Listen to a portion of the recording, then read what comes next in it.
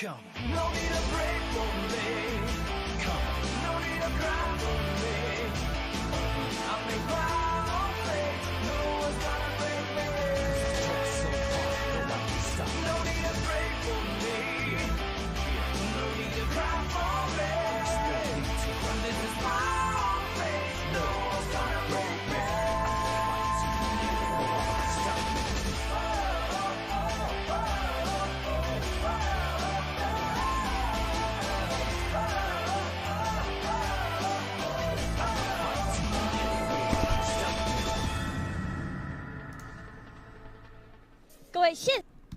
What is up, everyone, and welcome to the GCS playoffs. We are finally here. I am D2. With me is the Source. And the Source, we've finally made it. We are at the GCS playoffs. This will determine who goes to the AIC from Taiwan. And it will also crown a champion for our third season. J-Team obviously being the defending champion. So winner of this tournament comes out with a huge chunk of cash and claim to possibly the best team in the world, considering that this league is likely to be the best in the world. Yeah, and we've seen good play all season. We've seen drafting evolve very rapidly. This is the first region to go into the snake draft, so they're kind of ahead of the curve of everybody else. And to best of my knowledge, this is what teams are going to have to play draft with at the ASC. So these guys have been in it for a couple of weeks. You've had some teams really take to the drafting very, very quickly, and specifically to somebody like SMG, who was already on the upswing before that. They adapted to it really, really well. SMG all the way. I said it a couple weeks ago. I'm totally not biased. The AIC obviously being the Arena Valor International Championship, the second World Championship to come this year. It's going to be occurring in late November and early December with, I believe, the 23rd is the start. Yes, and actually SMG are the reigning champions, even though they were a little bit out of the limelight. But we're taking a look at AHQ at the moment here, their entire roster for us to see. I'm assuming that they're going to be going with their tried and true lineup at the end of the season with Chaser and not Pew, but we'll have to see and find out. Yeah, it looks like Pew is not on the stage there. So AHQ, the defending AWC champions, are here on stage. So this is a pretty heavyweight matchup. Kind of strange to see this in the first round of the playoffs, but defending AWC champions versus defending AIC champions. Yeah, it's definitely, you would think it would be an unexpected matchup because of the pedigree of both of these teams, but you have to think about AHQ, not to diminish their ability, but they got their opportunity because the AWC was a little bit more country-based. There were less representatives per region, and they got to come in as the Korean representative. Now they're having to battle a little bit more, and we're seeing them have to struggle, to maintain themselves as necessarily the best and deserving of that spot. And then we get SMG, who are last year's AIC champions. Just their region has gotten so much better, so it's really hard to say that they can just kind of dominate. And if you look at the group stage, the difference in the number of games between these teams is 1 to 2 games. Specifically between these two, they're basically dead even.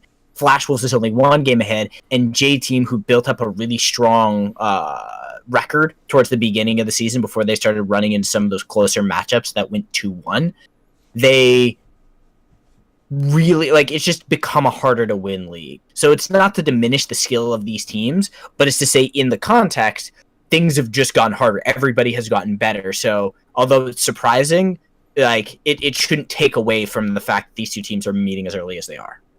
I feel like both of these teams, though, are feeling like they're the strongest of the region right now. It's strange to say that about the third and fourth teams at the end of the regular season, but they're both playing great. They're on a little bit of a hot streak. In particular, SMG, who have won 7 straight series in a row, running through the entire league.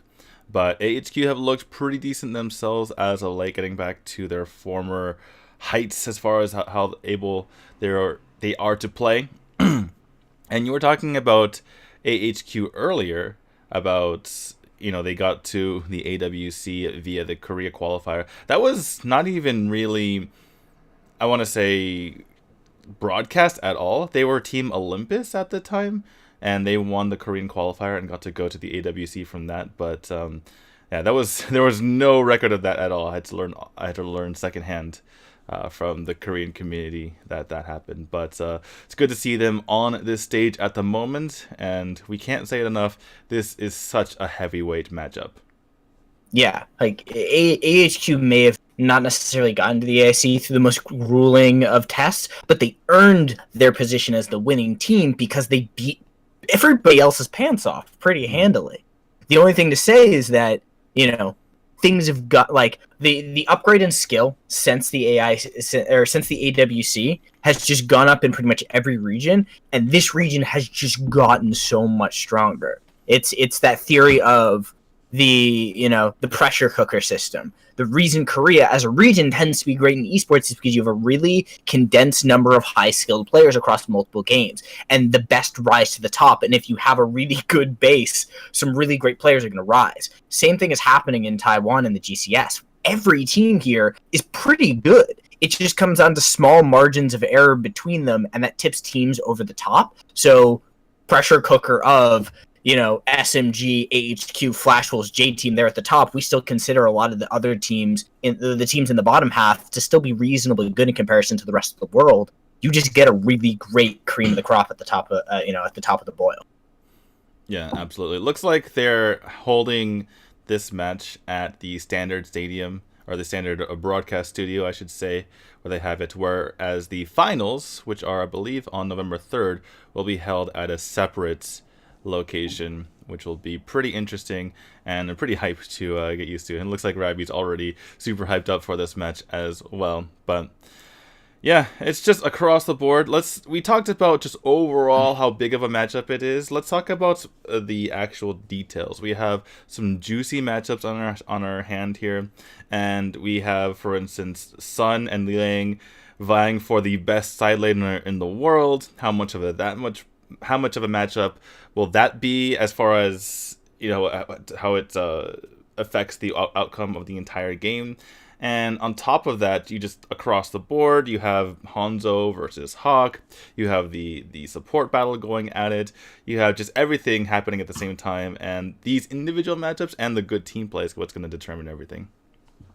Yeah, and the last time these two teams met, it was kind of a slugfest. Like, we weren't really prepared for how intense the matchup was going to be, but it still ended up in a pretty dominant fashion to SMG based out of how they played the top lane.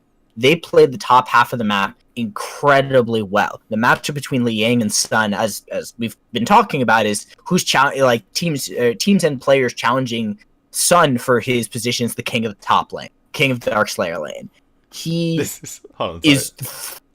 What's up? I gotta cut you off. This is quite possibly the dumbest chart. What is it? I don't. It's whoever got the most first buffs. I mean, it's. I am unsurprised. And here we get a nice shot of the graphics. So yeah, first two matches are going to be played back to back today and tomorrow, and those are going to be in the Standard Arena Studio. And I believe that it's the Taipei Tennis Center is the place for the finals. According to Wikipedia, the grand finals played in the Taipei Tennis Center on November 3rd, and that's where we'll get that epic best of 7. All right, sorry for cutting you off there. Go on. No, it's fine. Like, that is some fair reasoning.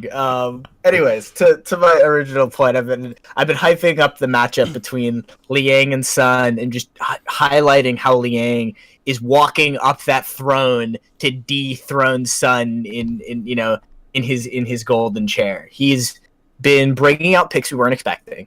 The team, interestingly to their drafting, has been able to properly get him a strong pick, and they've also brought out picks we weren't prepared for. They introduced us the Amelie in just an insane fashion. Teams have tried to replicate it to varying degrees of success, but they've shown that they have picks no one else can play. They prepare their drafts really, really well, and they make it so that they not only end up with an advantageous matchup in that side lane, they neutralize Sun in a really aggressive fashion with the way they play their jungle positioning. And then you also have, a power matchup in the mid lane. Like, it's across the board. The matchups position to position are really, really good. Yeah, and we're taking a look at SMG, their standard lineup, which they've had for a long, long time. Liang, Chi-Chi, Hanzo, Serenia, and Genji, the good old brother to Hanzo, helping him out and being that good old support. I like how, by the way, I like how the synergy between the names of both both of the mids and supports on both sides. Because we have Hanzo and Genji on one side, and we have Hawk and J-Jock, which rhymes, on the other side. And it makes it very easy as a caster. It's like, oh yeah, who's the support? Oh right, it's the brother. Or oh right, it rhymes with it. It's the mid lane support power duos, because we have so much higher roaming in Arena of Valor. It makes sense for there to be that camaraderie. Just that the name synergy is on a whole other level, and maybe that's why we think these teams are so good. They got that name synergy. It's like Skinner. It's like having the skin synergy when you've got like everybody having the same colored skin, like that level of shenanigans. Yeah, I just realized I think I just stumbled upon the secret to success as we take a look at AHQ, Sunrush, Hawk, J-Jock, and Chaser there. But think about it. Team Allegiance, Rest, and Sleepy? What? What's going on here? This is the secret sauce. This is the secret. This is the unknown secret of AOV. We've revealed it. We've broken it down to a science. Everybody, you're hearing it here first. If you have name synergy between your mid laner and your support, you will have a successful team. Exactly. So all of you guys need to be changing up your names or finding someone with the right name in order to make that happen. Because otherwise, it's true. It's true. I mean, it'll be great because, well, personally, I think SMG is going to the AIC. And there's a high likelihood that we see Allegiance there, so we'll be able to test the theory as well as we get deeper into the league. But the most interesting thing to me about this matchup is that there isn't another team that matches up star power for star power the same way across as many positions.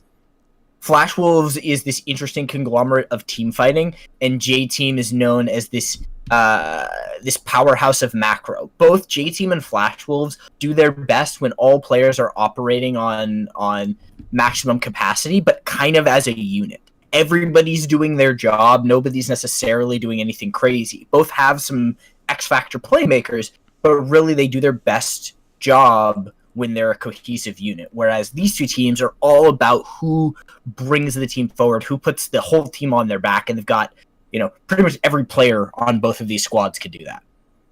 all right. Apologies for a moment there. I forgot to put a little bit of delay on so we don't have the lag issues, but hopefully we'll be good throughout the broadcast. So you're seeing a little bit of an instant replay from before. If you're not going crazy, I promise you. We're in the future, but then in the past, but in the future again. Absolutely. Also, I've been watching way too much Sun streams. I don't know. It's just hilarious watching him play, and it's even funnier watching him play on the Korean server in Plat and just getting 40% damage every single time and destroying everyone and living in the I would imagine that the Korean server would be a playground for somebody like him. Oh my god, it is just absolutely glorious. But yeah, one thing I do want to talk about is the evolution of the game. As far as, Team Korea, they kind of won the AWC with outstanding macro play, and they've tried to combine both styles where they have good team coordination on a micro level and a macro level to kind of up their game.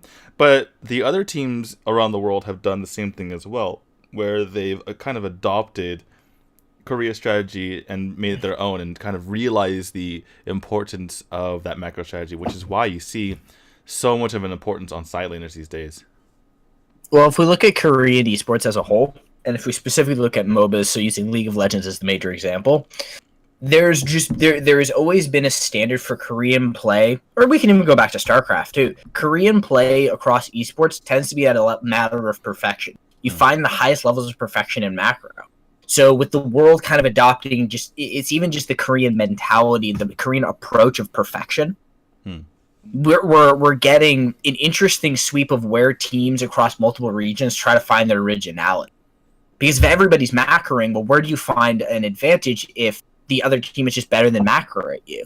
And it seems to be that at least in Taiwan, we find the most interesting adaptations in how the jungle has been evolving over the last, X amount of time, and then how teams have brought in non-Dark Slayer side laners. Things like the Valheim, things like the Marja, as we saw Malik go up and down in positioning, as we saw Omen being played with other picks, Arduin coming into more and more play. I'm still really hype on what Elsu's going to do in the mid lane as another interesting adaptation, but it seems to be jungle and then non-Dark Slayer side lane is where we found the most interesting places for people to kind of innovate, because everything else felt a little bit locked in. Now with the changes to jungle, we're going to see, I think, a wider sweep of things, especially as we get closer to AIC and teams have to adapt to more of the new draft stuff. But, I mean, I don't know, macro gets to be an interesting topic, especially in Arena of Valor where there are no wards. No wards changes how you have to look at positioning and map awareness.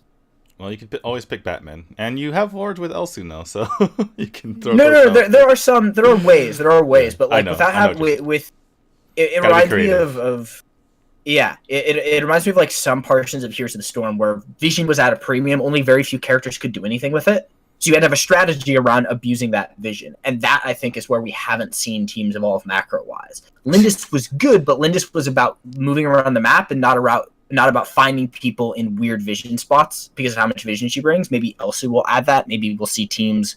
You see that when teams anchor bushes. But we'll see as teams evolve. Die for the tower! Okay, that was a little bit of a... the vision tower, I mean, in HOTS. In any case, we are getting into our draft here, and will we see some of these interesting picks from our players, in particular the Amelie from Liang and the Lubu from Sun, which he has been bringing out. And I wanted to touch on that for a moment. We don't have much time right now, but it's insane how some of these players can define a meta throughout the entire world, because Sun and Liang will pick Amelie or Lubu, and then it'll spread throughout the league, and then it'll spread to other countries, and then it'll spread to the ladder. So it's insane how one person or maybe a couple of people can define an entire meta. It's that power of trickle-down meta. Trickle down meta is okay. One of the most interesting. It's really interesting to see how that evolves. Are you laughing at the Wisp or at my statement? Sun loves Wisp. He just wanted. He loves to hover Wisp and tilt me just ever so slightly. No, on his channel, on his YouTube channel, he's like, Wisp is my favorite player, favorite hero, and he loves playing Wisp for some reason. I'm less down on the Wisp these days. I've pulled back my rage of Wisp, especially with the changes to crit, and so like she hold a much stronger position where you didn't need as much raw damage and armor pen, and you could get around that with good armor pen in Arcana and then finding more crit. But to my point, it is impressive to see these players just like they play something and it just takes over ladder. But watching how picks evolve, because there are just some picks that you can't play on ladder. And the pros play it, and it's top tier pro, and it's like you cannot play that in ladder because it requires XYZ thing from a competitive team to enable you. One thing I will say is that I appreciate the normal draft timers rather than not the speed drafting. That was, I believe that could have been just like not really a bug, but an unintended consequence of putting that on the ladder and trying to get the games to go faster, but oh my goodness. But in any case, we have Hawk hovering over Maganga. I kind of doubt that's not real. A pick. Yeah, like going back over to the Liliana. We're getting the standard power laners. Very interesting that Mina was banned out, by the way, which opened up the Richter here for Sun. And I imagine, or I suppose, I guess, I hope that Liang is going to bust out the Amelie once more. Yeah, for sure. This is an Amelie third pick because you got a solid jungler on SMG's side, so they already own the jungle. You've got both side lanes already defined for AHQ. And so the Amelie is just literally perfect because you haven't given up either the power mid laners. If you guys are unfamiliar with the GCS, Raz, Liliana, two strongest mid laners in the game in this region's opinion. They have the highest playmaking potential. You see them traded back and forth, and they have major priorities. SMG got that as well as Violet, who I'm, again, less down on as a jungler than I used to be before. and now they've picked up the Amelie to match the Richter. We saw how this went the last time these two teams played. Liang ran circles around Sun, which is not an easy thing to do. So one of the hardest things so to far, do.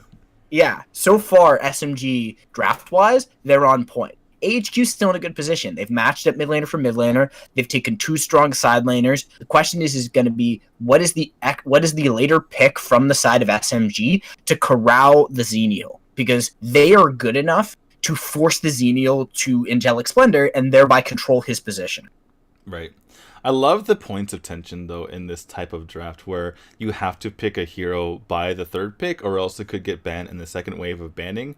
And it just puts so many different points of tension, whereas before you could just say, well, we'll pick Amelie last and that'll be fine because they can't pick her anymore. But in this sort of situation, you're forcing it out. And it puts more pressure on both sides of the coin. Now, interesting bans in the second wave here, Fennec and Superman in particular. The Superman obviously pointed towards Serenia, and the Fennec is interesting. I feel like they're doing AHQ a service here, because if the Fennec came out, I would have been a little bit worried for AHQ. Not with Kresh still up.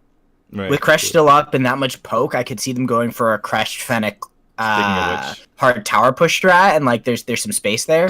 But the Kresh ban, they're just taking that whole strategy off the board. So I'm inclined to agree with it on the whole.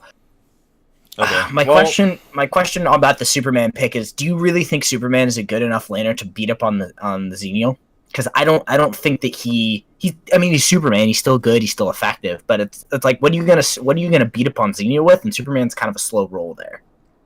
Well, AHQ have made their intentions clear, getting rid of the power side laners in Yevoneth and Superman. Ooh. In comes the Wonder Woman, which is really interesting. He's like, as Serenia is saying, if I can't get one DC character, I'll get another. I actually like this way more. I think Wonder Woman has significantly higher kill potential on Xenial, especially towards the first 4 levels in that lineup matchup. And it also gives them an interesting rush forward strategy. If the Wonder Woman is your first man in, you've got Chi-Chi way in the back with the Violet, but then you give Hanzo and Liang space to rush forward on Raz and Amelie. That Bracelets of Submission has some play there. I actually kind of like it, and just because it matches up to both of those points. Well, what you really want, like you mentioned, is with the heavy poke that you have from Raz and Violet, and this is one of the situations where actually Ignis is so powerful when you have the double poke with Violet and him. Having that strong frontliner. Jacques! What? Oh no, we're starting it off with a bang. I'm not. I think you got the wrong DC character, no. HQ. I think they got no. I think they got the wrong DC character. oh god, I gotta think about how they're gonna try and play this, because what? Okay, I guess the plan here. Well, they need to get to the back line. There was one of two strategies that yeah. HQ had to employ. Either they get better poke, which is nearly impossible because your opponent has Violet, but or Zephyrs is still up. Zephyrs is still up. Yeah, and he answers Violet towards the early in the mid game really well. There is enough of a deterrent to Zephys, though, because you have the knock up from Raz, you have the knock back and up from Amelie, you have the Bracelets of Submission, the lasso, all that kind of stuff from Wonder Woman. And, by the way, SMG finishes out their draft with a Crush, so that thick front line. You mean Chug? Yeah. Or what did I say? Yeah. You said Crash. Oh, wow, I'm out of it. Anyway. I feel you. Similar pictures, similar portraits. They're big animals. They've got that scaly skin, those glowing eyes. They stare deep into your soul and remind you of Cthulhu and the Lion King. Exactly. Something like that. In any case, same energy. I gotta say, SMG, their draft looks a little bit more scary to me. That said, yeah, I agree. If Rush can pull off some miracles with this Batman, which is possible because he's freaking invisible, then they have a chance. He really needs to shut down the Violet, though. Otherwise, it's going to be a long day. And it's going to be difficult for the Batman to get his work done as well, because he needs to insta-delete the Violet, or else he is going to immediately die. I still think Zephys would have been a better pick just because his passive lets him eat significantly more punishment, and his job isn't necessarily to kill the Violet as much as to put pressure on her to give Hawk and Chaser the space to do work. So it's the kind of thing where what's the safe? I guess, in my opinion, the Zephys is the safer pick, but it has lower impact, whereas the Batman has higher impact but a lower rate of success. That's kind of where the question is, and when you're looking for Richter to do a lot of your heavy lifting, why not give him as much space as humanly possible? But we are in a game, and yeah, I agree. This is going to be an uphill battle for AHQ. They can do it off the back of Rush, but Rush is going to need to show me that he's mastered Batman on a level I don't think we've ever seen. Yeah, and the Rush has been partial to Batman for a while now, so has HQ in general, but it hasn't worked in the past. The last time we saw Rush pick Batman, they lost to Flash Wolves in a pivotal Game 3 at the time, so he's going to have to be on point, and he's going to have to hit all of those batarangs. Those batarangs need to have a homing missile onto Violet's head, or else this is not going to go well for AHQ. I want to see where he makes his first gank. We're coming up on that sweet level 4 assassin jungler gank that we've seen become the standard. There's been some pressure down in the bottom lane on Liang. Sun had him under a little bit of pressure towards the beginning just because of the way Richter's early laning is, and it looks like he's positioning towards the middle half of the map, possibly looking for an opportunity to kill Chi-Chi. We've got a rotation in from Serenia to just kind of back up what's going on in the mid lane. J-Jock has been super aggressive on Genji, which I like for the most part. If you can poke the Chognar and at least keep him in check, go for it. But I don't know. Rush needs to show me some real proactive play here. Very interesting with our solo lane placements, by the way, having the Emily Richter near the Abyssal lane, and both teams already setting up for that, and there was no switch involved, so they knew that was coming, and we're going to have lots of crazy teamfight potential with those two very nearby to the action. Yeah, I think it came down to X-Factor play on Xenial, and Sun has done stupid things on Xenial we didn't think were realistically possible. So I'm not surprised to see him there, but I also thought they would have wanted to match that up. So I think Liang was looking to match the Richter, was looking to find Sun in that off lane, and they really would have just allocated Chaser to being a Angelic Splendor bot. But it seems that HQ had other ideas in mind. There's going to be the ultimate out from Chaser. That's a little early, so the question is where that's going to come out once we get into the fight. That is basically just being set. Like, J-Jock is taking this thing down on his own and keeping this alive, but at the same time, Rush isn't farming, and Chi-Chi is, but that's going to be some pressure out from Rush. Now they're collapsing in onto this. It will go over the side of AHQ. Now some pressure onto Genji. Hawk goes forward, jumps back. So they do secure that after a really extended, protracted siege of a major objective. It was kind of weird. J-Jock worked for that one. That was he earned it. J-Jock just earned it. It's like, you guys really needed to back me up on this, but that's going to be some pressure on the Hawk. Chi-Chi will show himself. There hasn't been a major invasion from the side of SMG, so it seems like they're comfortable taking their time and scaling up just because of how dangerous Chi-Chi is going to be. And I want to note, that's a Null Cleaver in the hands of Batman. Not a Soul Reaver, which got so much better? ? Like, that seems like how he obliterates somebody without them noticing, and that seems like an oversight to me, just to, like, if you're going with Batman, you've kind of all into the tank scenario. Yeah, this doesn't make a whole lot of sense to me, and I feel like you can get defense later. You can go Soul Reaver into something like a Frostkeep or even a Mail of Pain, and I feel like that would have been the better way to go. Tried a little bit of an invade here from Hawk and J-Jock, but not able to get much done out of it. They're going to be turning on to the Spirit Sentinel. I feel like the longer this game goes on, it favors SMG, as Chi-Chi is going to be out of control. By the way, she is going for the Bow of Slaughter. Or not Bow of Slaughter, excuse me. The Scorching Wind. These new items, even though they're 5 months old. It's just not something we don't expect to see it on her. Like, the only bow she should be picking up is a Bow of Slaughter. I wholeheartedly agree, but no, it's okay. So we are seeing an invade. Oh, Rush screwed it up. Rush, you had it. Guess what? I'm gonna be a real jerk about this one. That's that Null Cleaver. If that had been a Soul Reaver, he would have killed it. I'm gonna just say that right now. Or Mr. Stabby, But dear God, as it that's were. so I was.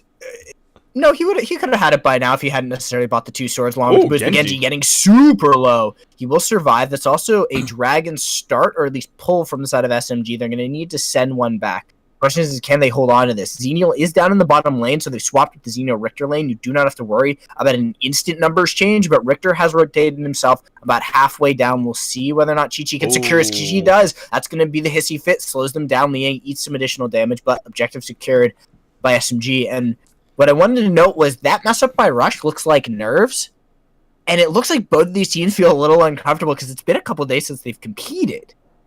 They've definitely been playing, but it's been a while since they actually were in a match. And the entire season comes down to this. And oh my goodness, he didn't commit to it. Wait, but that was the. It went to Serenia. Oh, okay. I was looking at you. It went to Serenia. Rush could have walked in there and taken it. He's the one who punished. He did it again. Yeah, these definitely feel like nerves at the moment here, as they're having a bit of trouble. Speaking of AHQ, they're only down 800 gold, but this is a ticking time bomb. They need to be ahead at this point. And Rush looks like he's building up into, I believe, a rank breaker, which is going to be okay for a few minutes, but then, I mean, he's going to need to just bring down Chi-Chi every single opportunity he gets. There's an opportunity for Hanzo. He goes forward, doesn't manage to connect it. Hanzo was already moving backwards. Genji eats a Reiki shot. He'll be fine. Liang? No, it definitely. Sun's like, I don't need Sun.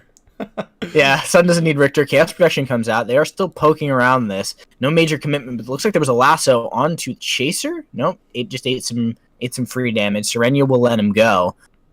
By the way, so far, until they switched places, I didn't even realize that Sun was on the Xenial, not the Richter. But no.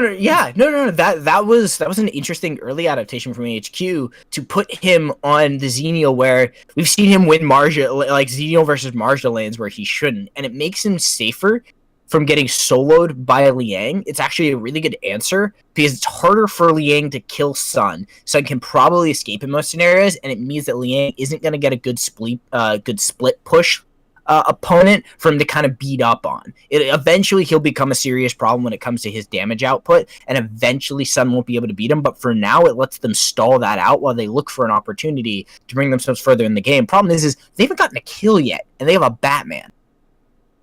Well, they are able to secure the Abyssal Dragon.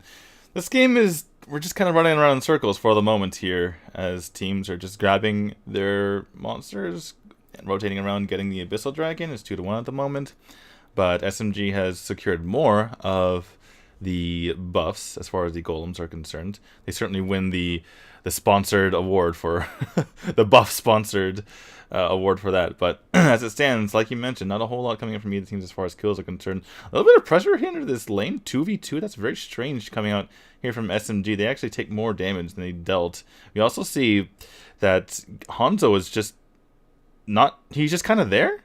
What's his Raz doing? He's lurking. He doesn't want to move too far forward. He's looking to catch them when they make their retreat or get really deep in for a flank. And he's going for Hawk, but it's already too late. Genji has gone down. Tower has been dropped. And now they're going to rotate towards top half of map, angling away from Hanzo. So his really deep patient lurk doesn't come out to anything.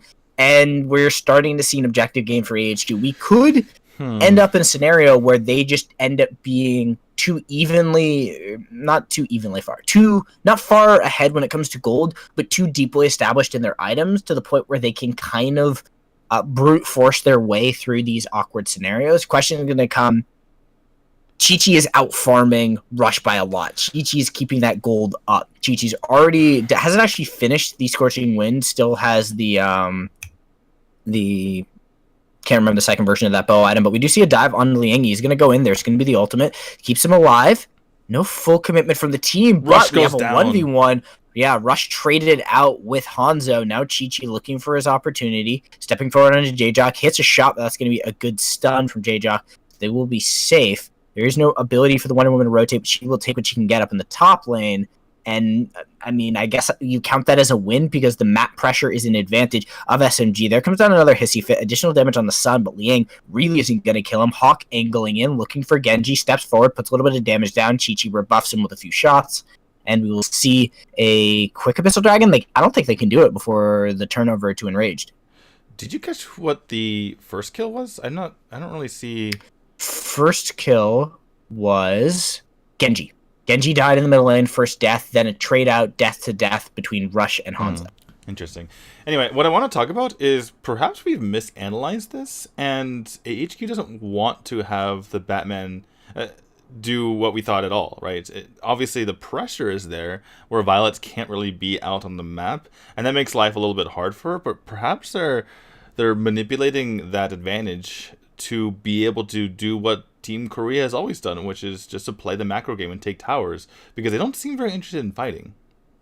But they haven't dropped a second tower. We're at 10 minutes into the game, and Chi-Chi is still ahead of Rush. Like, Chi-Chi's still keeping up in farm. They're not really stopping Chi-Chi. It's like, the only person he's behind is Sun. And so, I worry that...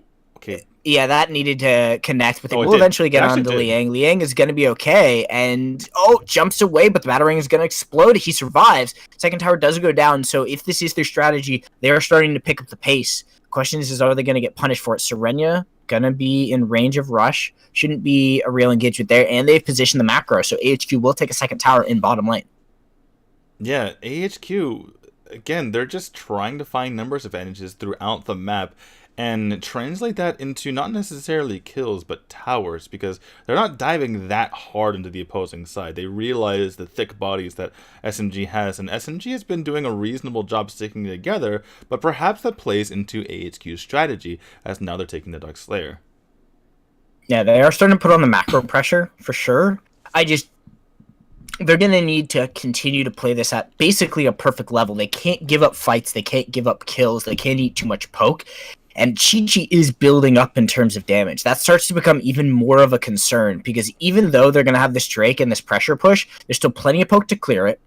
And you're still running into that ticking time bomb where if you lose a late game team fight to a composition that does significantly more damage than you and has just as many team fight tools, are you playing with fire, praying that you just never give up a team fight? SMG playing very defensively at the moment, not just in their positioning, but also in their builds, as Hanzo just picked up Arctic Orb to prevent himself from being blown up by a potential Batman gank. But here comes out the Drake, and oh my god, there's a jump onto this tower. There's 4 members of SMG here. I don't know if AHQ want to take this, but they do have potentially all 5 members if Xenial is able to come over. It looks like we have a Fafnir sound picked up for Liang here. Interesting build. Genji's going extremely low. Tracer trying to take him down, but cannot do so in time. Pressure is continuing to come onto this tower as SMG are trying to hold them off. Let's see what AHQ can get done. I gotta say, if AHQ makes this strategy work, somehow I will be mildly impressed. Yeah, it shows that their composure is there, despite going in with a higher to execute strategy that's on a bit more of a time frame. If they do it, it means that they are really good at not breaking under the pressure. Granted, SMG hasn't given them a reason to feel under too much pressure. We'll see what Rush can do with this flank. He is looking for a bit of an opportunity there. Doesn't decide to commit to it. Is going to run to Hanzo, but Hanzo gets stunned. That's an Arctic Orb out, and that actually forces the ultimate out of Rush. So they're a little bit lower on their aggressive resources. Now we see Serenia going forward. Uses the Bracelets of Submission. That was a decent way to stun them out. But again, space created. Liang has been pushing out the middle lane. 2k gold advantage. It's not a whole lot, but we still haven't seen the members of SMG really get that aggressive. Well, the crazy thing is they've managed to take down 4 towers and only have a 1.5k gold lead. That's so crazy to me at the moment, because normally the way you get those towers is you force them back because you have superior firepower, because you have more gold. But in this sort of situation, it's not happening. But as I say that, Rush going in, trying to jump on the Chi-Chi. Here comes the Angelic Splendor to help Rush out. He's going to be able to stay alive for a moment longer, but he ends up going down. Chi-Chi survives with his life, but down goes Genji. Oh, Chaser! Oh my goodness, go. Pops the vulnerability. Can he get a shot from Hanzo on the power surge? No, it's not going to land here. Sun on the chase on the Serenium, trying to go for that rather than Hanzo. Meanwhile, Liang and Hawk and J-Jock in here in a fight. Can he take out Nighthawk. Oh my goodness, Liang can't take him out. 1v2s it, and now he has a severe advantage over J-Jock. Can J-Jock survive? Liang! Will Sun be able to take him out? He needs to help his buddy out here, but oh my god, Liang is just surviving through, and with those kick blades, he just has so much health. He is not going to die in this situation. Liang making it happen for SMG. Liang is just too freaking good. Now he's just like, no, Chaser, we're gonna fight this. Like, you got no friends here. It's time for a 1v1, but here comes Sun to back him up. My goodness. The Angelic Splendor, I actually think got canceled. Yeah. So now Liang does get his 1v1 versus Chaser, and he's eventually going to start to win this. Another Kickblade should come out in a moment. Combos forward, Kickblade misses. Now he's got to get out of here. Rush is on the way, and I think Liang understands he's overstayed his welcome. He's going to get seen. There's going to be the shield, and he eventually goes down. But what a protracted chase and fight. Gets a kill in mid, puts pressure on another, then decides to draw more aggression, opens up space for his team. They take a top tower. The gold lead is now shrunk to about 1k. That created so much base and opportunity, and Rush takes so much damage. There's a chaos protection. Genji should be able to walk his way out of there. J-Jock and Rush need to be careful, but there's the flank by Chaser. Good Arctic Orb comes out, and Hanzo goes back in. Explosive KO. Not enough to finish the job, and doesn't want to chase that output. Space massively created by Liang. Like, if that Angelic Splendor doesn't come in, heal him, and cause damage reduction, Liang might have just straight up dueled Chaser and then gotten away from Rush. It's just so much of an opportunity, and that looks like a problem for AHQ. And the gravity that we always talk about Sun is applying to Liang here. All of that pressure that had to be put onto him in the bottom side of the map, he basically killed that top tower indirectly. But this game is just so tense at the moment. It's because both sides don't really want to overextend. And I gotta say, the Arctic Orb has been paying off so well for Hanzo. Yeah, it was a great defensive pickup. I mean, it was questionable towards the beginning. Like, you guys are being pressured, you need more damage, but it's kept him alive. It's baited in Rush into two different scenarios. One that didn't result in his death, and then another one, or actually neither resulted in his death, but at least it stopped the momentum from AHQ. I do want to see Chi-Chi eventually sell that rank breaker and finish that bow, because it's still sitting on tier 2. That extra damage and attack speed would be nice. Unless you're going to sell it for another jungle item, but you might as well max that out. Sell the rank breaker for, honestly, above Slaughter. Just get that massive chunk of crit in. I would say the first thing that Chi-Chi probably wants is the Blade of Eternity, but Fenris could be nice as well. Liang, a lot of damage coming onto her. Pops the Endure, so she's going to be enduring through a lot of this damage. Oh my god! Still dueling! She has to get out of her. Sun's going to try to help out with the heal with Angelic Splendor. Hanzo take a lot of damage, gets a Frost Cape shot to the face, and he goes down. So Hanzo unable to survive that one, but Liang somehow survives through all of it with the power of that Endure, reducing so much damage coming to him. Oh, okay. So is building that Blade of Eternity, but sold the jungle item. I hate it when junglers do this, but we'll get into that later. That's some pressure on Serenia. Looks like there's a... What is that? Who's got Tome of the Reaper? Alice. So there's a Tome of the Reaper in the hands of the Alice to kind of cut down some of that healing coming out from Liang. Yeah, not a bad answer, but is somebody going to notice that they're doing this? Liang is floating around the area, but this looks like another major objective going over to AHQ. So despite not being able to win the team fights they've been looking for and find that opportunity, they continue to put on the macro pressure and have better objective control. And meanwhile, AHQ sniffs out the SMG is on this dragon as well. Unlikely the SMG will be able to take this at the moment. And again, I am just so impressed with how AHQ is able to make this work. It just seems like this ticking time bomb the entire time, but they're continuing to push forward and continuing to build a lead. That said, this is very close. Brace's mission comes out, secures the objective. Oh, that pressure. But looks like AHQ have to back off. They do not have that teamfight objective on their side. And as we say that, we see Sun in the top of the map pushing in on that top side here. Lots of recalls here from SMG, but some of them are sticking around to see if they can't make something happen as far as the push is concerned. But what this map is just getting absolutely warped. No, everyone's just ignoring each other. Here on the bottom side of the map, Chaser is having to go 1v3 as SMG feints going back, but instead they're going to go ahead and take a tower here. This could be very dangerous for HQ if they don't respond to it. It looks like multiple members are coming back here. Chaser, what's going to be able to do? Goes and pops the invulnerability. Here comes the Angelic Splendor to keep him alive. Pops his ult, goes onto the backline, but he gets taken out. Chi-Chi's extremely low. Can he get taken down? Rush is nearly dead, and Serenia, he does have that Dark Blessing. Looks like he's going to be coming back here for Chi-Chi. Did have that Blade of Eternity, but he's going to be taken down once more. Oh, As you can see, the Drake is pushing up on to one of the towers as well, but Serenia trying to stay alive, unable to do so in the end, and missed that lasso earlier as well, which could have been huge. Needed a faster rotation from SMG. That was the right play. Because without a marksman, they completely out-split push AHQ. They completely out-tower rush them. They walked up to that tower, dropped it basically instantly. Now, the initial positioning for them was decent in that fight, but there wasn't enough ways to protect Chi-Chi once the pressure started to lay in. So they really need to figure out a way to do with that.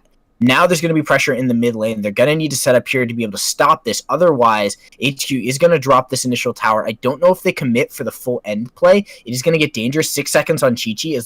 They're going to go for another side tower. They don't really have the minions in position. Now Liang is looking to cut off the retreat a little bit. Hanzo takes some initial damage. They'll finish off that cannon minion and open up the opportunity. So they do get, again, the macro pressure is there for AHQ. They've battled through having a composition that lacks that oomph and gotten themselves to 6 items where, honestly, you can kind of battle it out in a lot of scenarios. We are also seeing some item change-ups coming in for the side of SMG that looks like a Fafnir's because they want that health percentage damage to bring those targets down, which isn't a bad adaptation for Chi-Chi, but still need to see better damage out of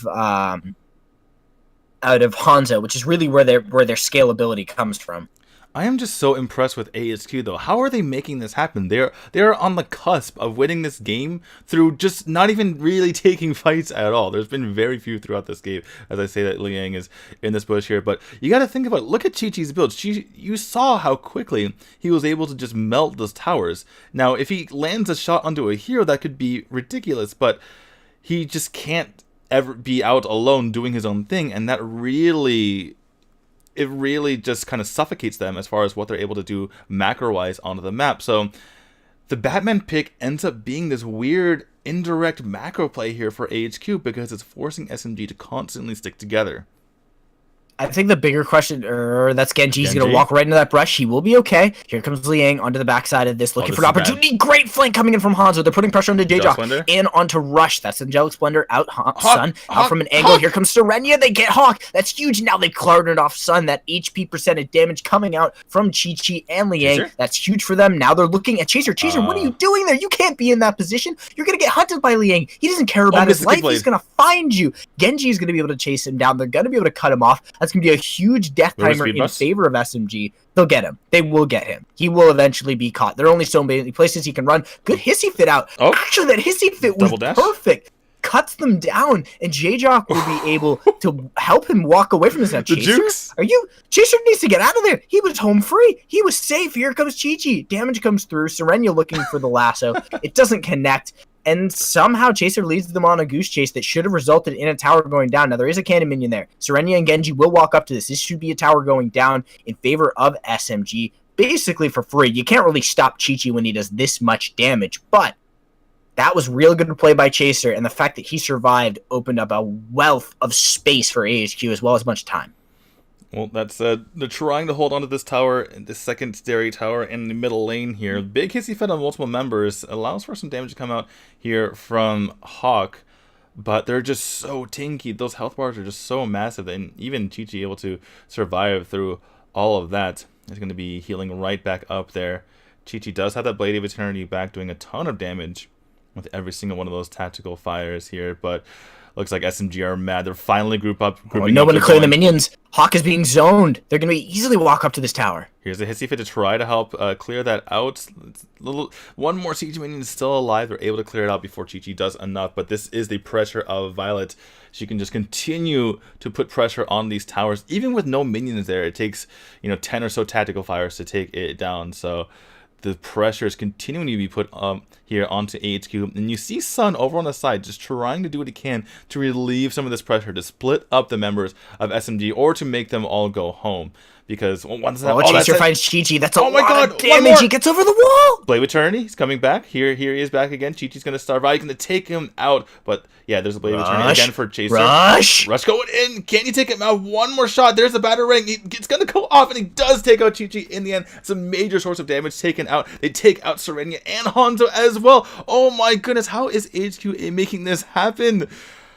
And can they potentially end the game. Looks like they're pushing up the middle. They're not going to go for any of the major objectives. They're just going to go right straight on this tower. Only thing standing in the way is Genji and Liang. Can they pull it off? Putting lots of damage on these members here. Liang taking a lot of damage. So too is Genji. Here comes a Hissy Fit out to slow them all down. They're all surviving through this, but Genji eventually goes down in the end. Can they take this core? They take out Liang. That's 1 minion on the core. It's going to be game for AHQ. They pull it off. Oh, all of that off the back of Chaser. Chaser doesn't put that much pressure on and get him to move over into the Darkslayer pit. It doesn't work. It doesn't work because the Darkslayer hits him. Look at Chaser. Look at Chaser. He just like... No, Chaser should feel good. He should feel absolutely freaking pumped off that play. Like, that's huge for them. You gotta feel the nerves were just... His heart must be racing so fast right now. You saw him right there just have the biggest exhale I've seen from a human being in my life. It's absolutely... Yeah, that was great play because... I mean, aside from the Wonder Woman, we would say SMG had a textbook perfect draft overall. They brought pretty much everything they needed to the table. Chognar, Wonder Woman a little bit weaker. Alice, Batman pretty weak on the side of AHQ. But they managed to make it work. Now, I do want to note that part of that, to me, is less on the Batman and more on the overall strategy of making sure that Sun wasn't getting beat up by Liang. No matter what you want to say about the side of AHQ, if Sun is having a good game, they almost always have that rallying point, and they're able to kind of stay on target. Sun kind of got to avoid the Liang matchup, which is essentially what we were expecting, and Liang still beat up on Chaser. Like, it wasn't like Chaser had a great lane, but Sun didn't get beat up, and I think that's the more important point there, that he could still be a solid vocal portion of their team without being tilted, without being behind, which is what we saw in the last time they played. So great on AHQ for avoiding that matchup and just denying Liang the opportunity to assert dominance. Yeah, that was just... I can't believe they're able to pull off that strategy. By the way, sorry about the lack of lighting. It was blinding me, so I turned it off. Anyway, yeah, it was just so intense. Not only the way the game played out, but also, and as we took a look, they give the MVP to Chaser. I think the overall team was the winner there. But that said, Chaser did get those last few kills, and he did not die, which is very important for their side. But it was just on a razor's edge that entire game. If the Violet goes down, they win. If they're not unable to kill her, they lose. And it was just so hard because SMG did a great job of protecting Chi-Chi that entire time. But in the beginning to mid stages of that game, it was to their detriment because they had to continuously move as a group, and that allowed AHQ to out macro them around the map. And then the death ball was able to start pushing in onto AHQ. That's where it got extremely scary for the side of AHQ, but one wrong turn, they take out the Violet, and things completely turn. So effectively, to the point of that death ball kind of being able to push through, there is this magical break point in AoV now. Before Blade of Eternities, but after the mid game. Right. If you let SMG get to this really powerful point where Chi-Chi does crazy amounts of damage, like we saw in that fight, or even down here, like he just reduces Chaser to nothing. The problem is we've already gotten to the point, we've gotten to that magical, we've passed that magical spot where not everybody has that second life. If Chaser doesn't have to kill you 5 times, he's gonna win the team fight. The problem is Chaser has to kill you 5 times and then kill you 5 times over again. He has to kill the entire enemy team and then probably do it twice. And that's kind of the issue with Blade of Eternity as an item towards certain late game teamfight builds. And Chognar isn't a good enough protector to kind of wrap that up. So even though AHQ was on a clock to kind of to get ahead enough to beat out SMG before Chi-Chi got super strong, they kind of did it because they got to the Blade of Eternities where they were ahead enough in towers that there was macro pressure, ahead enough in gold that they had the keys to their build, and they also had Blade of Eternity so they could kind of throw bodies at Chi-Chi, and Chi-Chi can only live twice. Right. And interestingly enough, even though we were talking about the clock on AHQ, they kind of applied their own clock to SMG, because if you noticed, that was the second time that they double killed Chi-Chi, which means even if the game had somehow gone on past that point, Chi-Chi had no no more Blade of Eternity, and that would have made it extremely hard for him to have as much effectiveness, and extremely hard for them to continue to protect him. And borrowing some weird Arctic Orb strategy that we've seen in the past from Rush, I don't think it would have been too good for SMG. So, I am just absolutely baffled and amazed at how AHQ was able to pull that off. I think a lot of it, though, has to do with the fact that Trognar, like you mentioned, not the greatest at protecting. Perhaps they should have not banned out the Crush. Maybe they should have gone with my Freudian slip and gone with the Crush instead. That would have been a better protection there. And I feel like the only thing that Trognar really did was debate out AHQ that one time, where they threw all their abilities on him and they ended up losing that team fight, and they got really scary for AHQ. But other than that, the Trognar didn't really seem like he was doing a whole lot to me. No, the Trognar didn't bring enough. Kind of. What do you think it was for, again, by the way? Just to have like a solid guy who can scout out stuff? Scout plus I want to say general pressure overall, but it felt kind of weak. So the funny thing is, we're seeing a lot of squeezing out, and as much as the hero pool is very, very large as far as who's viable or who's good, I should say, strangely enough, there's actually a lot of squeezing out of certain heroes, because I'm trying to think of what kind of support would have been good there, and a perfect one doesn't really come to mind. Not that was still on the table with Mina Crash gone and Yebeneth gone. Maybe like an Annette or something, but even an Annette wouldn't be beefy enough to be that. And that's going to be Batman food? Yeah, it's weird how there's so many good heroes, and yet No, Trognar wasn't bad. It needed more pressure from the rest of the team. Like, it needed more tool. It needed more not necessarily pressure. It needed more backup. If Trognar was going in and setting up big slows for the team, then you're okay with the way the positioning is set up. So we already have a bit of a switch up in our ban situation right now, as Violet has been banned out. SMG once again bans out the Mina.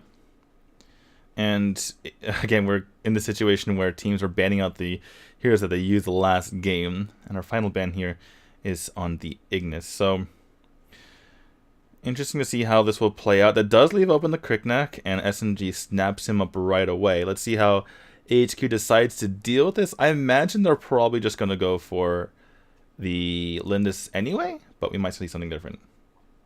Yeah, that feels... This feels like another draft going very much the way of SMG, with a significantly more proactive jungler. When you get the Cricknack, you're looking at that level 4 gank, you're looking at the high-speed pressure. Richter is off the table, Ignis is off the table. It feels like AHQ got put into a drafting position I don't think they were ready for. Because it's like, what are you more scared of? And they seem to be more comfortable letting Chi-Chi have Cricknack, which seems like a poor decision, because Cricknack will kill everything, even tanks in a lot of scenarios. So, I mean, getting the Xenial First Son, or at least being able to flex that pick, is still important. You get Rush, the Raz, Leon is going to be the trade back. We expect that across the board. My expectation for SMG is to prioritize a side laner that they're good with. Maybe grab the Amelie again, although the Amelie looked a little lackluster because it didn't really get much of a matchup. Okay, I'm going to Wiro. I'm down. Let's do it. Wiro Cricknack, just knock him up and then knock him down. Oh, let's go. Do I even have Wiro on my draft documents? Like, am I prepared for this? I think I put him into the game. You guys don't know who this is. This is Wiro, who is an Indonesian folk hero, and he was first debuted in Indonesia, but he was also released on Taiwan. And as I say that, I'm going to bring up his hero page on goodoldsamuraigamers.com so I can figure out what the heck is going on with him, because I was not thinking about his being in this draft. He's got deeps and he's got knockups, and he's going to be a really good... He is the high pressure setup that Shock used to be for Malik. and he's going to be significantly more mobile than that, in my opinion. Like the way they're going to position this, like it's the freaking Liang Chi show for this one. Like that is the combo right here. Is like how hard can they go in and make this work? And then as long as you put Serenia on something middling damage wise, because you've got Chi-Chi, you can like grab an Omen or another powerful or just like another good side laner, and then Serenia will be in good position. Find Genji something with either high defense or really good aggressive pressure. You open up a lot of possibilities. Wiro is Liang flexing. He's like, all right, Emily, we couldn't make it work with Emily. It didn't really connect.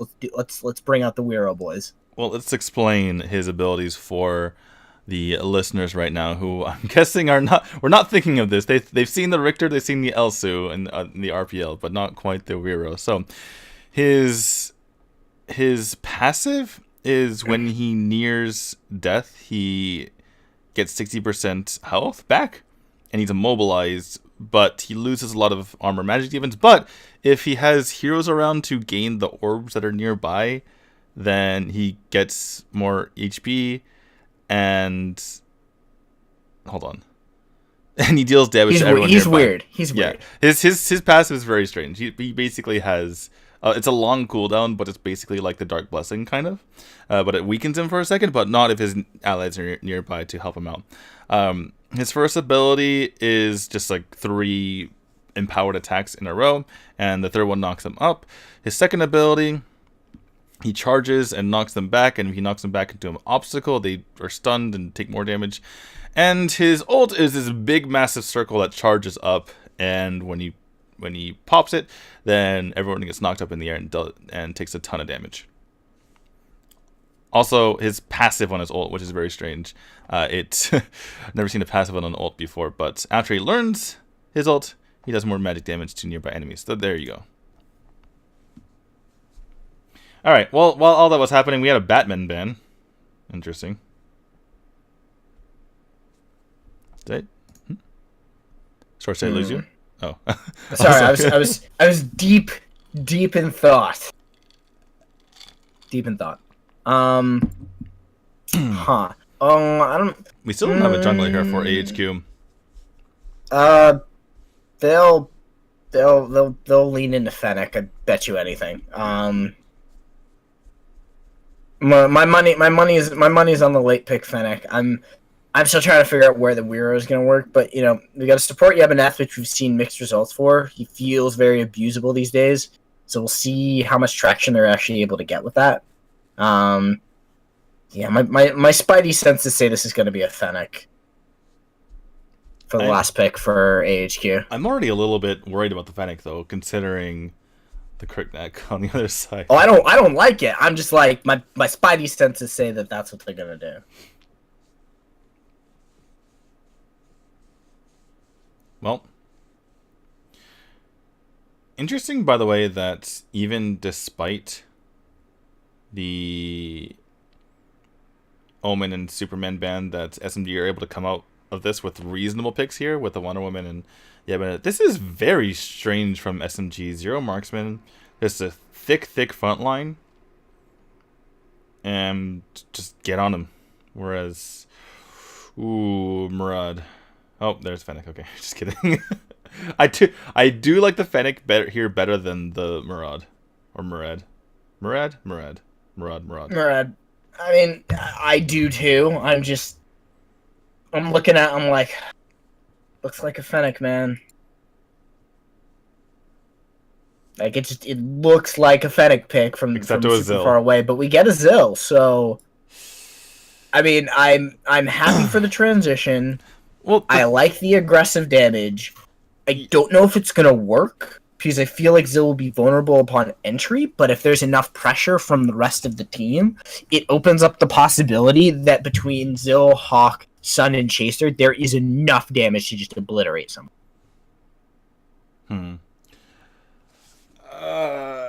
It almost feels like a defensive pick, because you can pop Tornado if Chi-Chi jumps on you, whereas either... It feels like every other jungler would either just be not effective enough as far as the damage is concerned, or just too vulnerable to dying to the Crickneck. And that is the pressure that a Crickneck will put on you if you let it through the draft. So they were kind of pushed into a corner here. I think Zill's the best they could salvage it, and it should be okay. The nice thing is that they don't have to worry about having a Xenial on the other team just canceling out all of his tornado damage. Yeah, I'm still of the opinion that the draft from AHQ is really balanced. My concern is you handed over Crickneck. Right. And that we've seen some teams be able to deal with it, but that's just asking for trouble. We also have Liang on Wiro, so we're throwing a pretty heavy wrench into the mix here. I'm sure the members of AHQ know what Wiro does, and they're familiar with him on the whole, but that doesn't mean they're going to understand how to play complex team fights against him. It also changes, what do you make the lane setup here? Do you match Sun up against Wiro because you think Sun will be fine? Or do you, again, avoid the Sun Liang morale falling matchup? And it does look like they're going to be sending Liang up into the top half of the map to match up against Sun. And it looks like it is going to be an invade, but they missed the initial poke. They will be managed to get this at the end of the day. And actually, they're just going to abuse Sun, hit him upside the head for his audacity to stare into the abyss that is Chi Liang in terms of knockups and damage. Serenia kind of waiting off here on the side. Does he go in? No, he avoids it. And it looks like it's going to be an even amount of jungle trading out from both sides. Oh, nope, stolen. Got it. Well, not only did... Oh, wait, was that stolen by Serenia? Yeah, Serenia nabbed it. Well, not only did he nab that, but there was another inner monster that was taken by Crickneck that wasn't taken by AHQ. So about as big of a lead here you can get for SMG without having gotten any kills.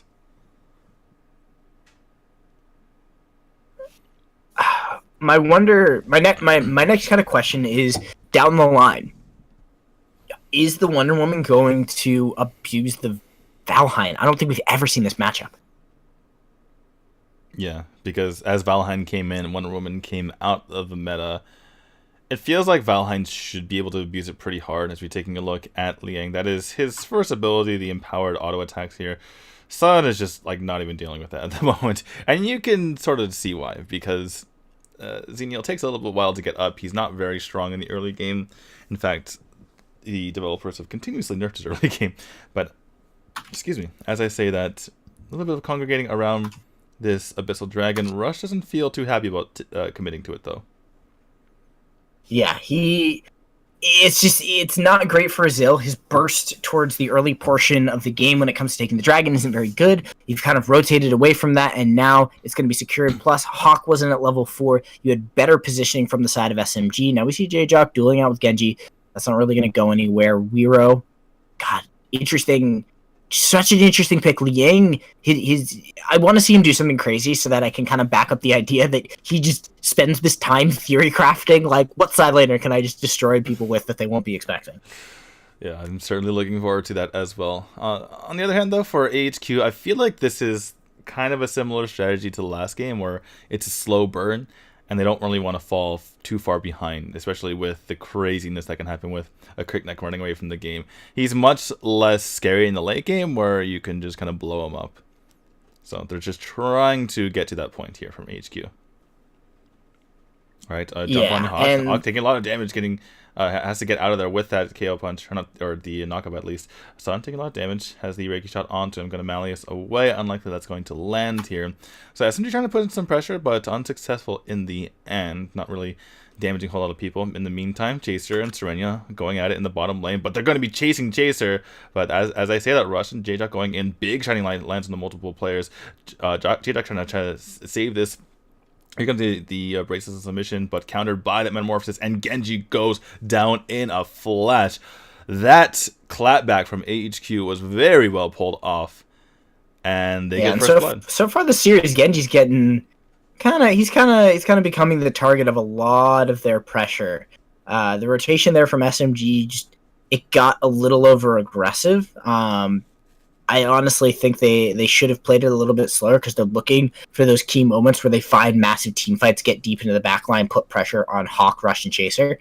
and that seemed like just too much of an over-aggressive back, just behind the tower dive for them to do without being full health with an objective coming up soon. Better for them to get themselves into position to find their first kill, because so far they haven't really gotten anything with Chi-Chi. He's still in that early stage of the game. He can still find 3-4 kills and turn things around pretty quickly, but they're going to need to find something soon.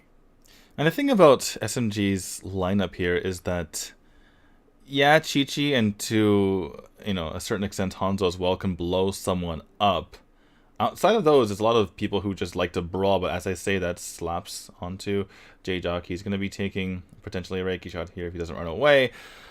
But it just feels like the Angelic Splendor is going to be canceling out a lot of the damage if Chi-Chi isn't able to blow someone up right away. Here comes the places of submission just to secure this Abyssal Dragon, and SMG continue to take a tiny lead here in the game, up about 700 gold. All right, Genji again in a bit of pressure, but there's going to be the Nature's Realm. He's going to survive it, though. Now J-Jock going to get stunned out eventually. Here comes the damage. They're going to need more backup. Genji over the wall. They don't manage to go in there, and now here comes Liang. We are going to get to see a massive knockup. Pretty good damage coming out from this Weiro, but they need to get in there and finish the target. They do get one. That's going to be the collapse, so they can deal with the tornado. Charge forward by Chi-Chi underneath the tower. Gets knocked up. Gets knocked back. Hawk is doing massive damage. He's baiting them all. He manages to keep things going, but there's but there are minions on that tower. Weiro is got pretty good burst onto the structures, and they're going to end up going away from that 3 for 2. Chaser is down in the bottom lane getting pressure, but they get the tower in addition, so SMG build a little bit of a lead. It's not huge, but it almost turned bad. If Hawk hadn't had good plays, I think they all would have died. Yeah, that was really scary for AHQ. They managed to salvage the situation. Decent pressure from SMG, in particular Liang, on that Weiro, just getting in, making plays, flickering out before things got too hairy, and yeah, just making everything happen there. And do you know if his passive went off? I didn't see either his passive or his ultimate go off, but those are certainly things to look out for. I did not catch it. We're still new to the Weiro game, man. Have not even had an opportunity to test him out, but see how he's able to be performed here on the end going forward. Now, as we get into some of these builds, Rush is kind of behind on the gold front. He's actually the second lowest on his team, which is basically lowest because the support's not even trying to farm at all. So I'm trying to hold off 3 members here. Actually, Malleus is in too. He's gone. Yeah, but there's Genji under the tower, actually taking a ton of damage here, trying to stay alive with the Nature's Realm. Able to do so, actually, as Rush and Hawk are unable to take him out. In comes the drone drop. Here comes the tornado as well, trying to take out Chi-Chi and Co, but he's able to get out in the end. Hawk and Rush trying to dance this dance. Not sure if it's a great idea, but they're making it work somehow. Yeah, oh, nope. J-Jock? No, he's fine. He's stunned? Meta. He's good. Well, pressure onto Chi-Chi. Chi-Chi, do you really want this? He's going to take a lot of damage. Well, does has J-Jock to use the want drone it? drop to get himself out of there, and now Hanzo is going to be the one pressured. Genji comes in. Actually, Liang soloed Rush down, so at minimum you're going to get a kill. And a heal! And for Genji, perfectly timed. That's the slow onto J-Jock. I don't know if you want to continue to chase that Genji, but what an amazing play for them to keep their support alive. Meanwhile, with a quick rotation, Serenity and Genji will grab themselves an objective, pressure into the bottom lane, Wave pressuring up here onto the top half of the map from Sun, so he's not going to be rotating in, and they're going to get more pressure. SMG look like a much more confident team now that we're into game 2, and it seems that it took them a game to kind of wake up. I gotta use your word once more. The Weiro is bamboozling AHQ at the moment, as Liang is just running circles around AHQ. Not literally, of course, but he is doing such a great job. The fact that he's able to take out Rush and come back to the fight and help out there was massive for them. Looked like a fight that AHQ was about to take, but able to barely get away, and then slap back here was SMG there. And I gotta say, Liang, even on the Weiro, even on a hero we have never seen before, he's pulling his gravity in. Yeah, he's doing a good job of just being a pretty consistent threat. When Sun is on his Xenial, he tends to be more of this surprise playmaker.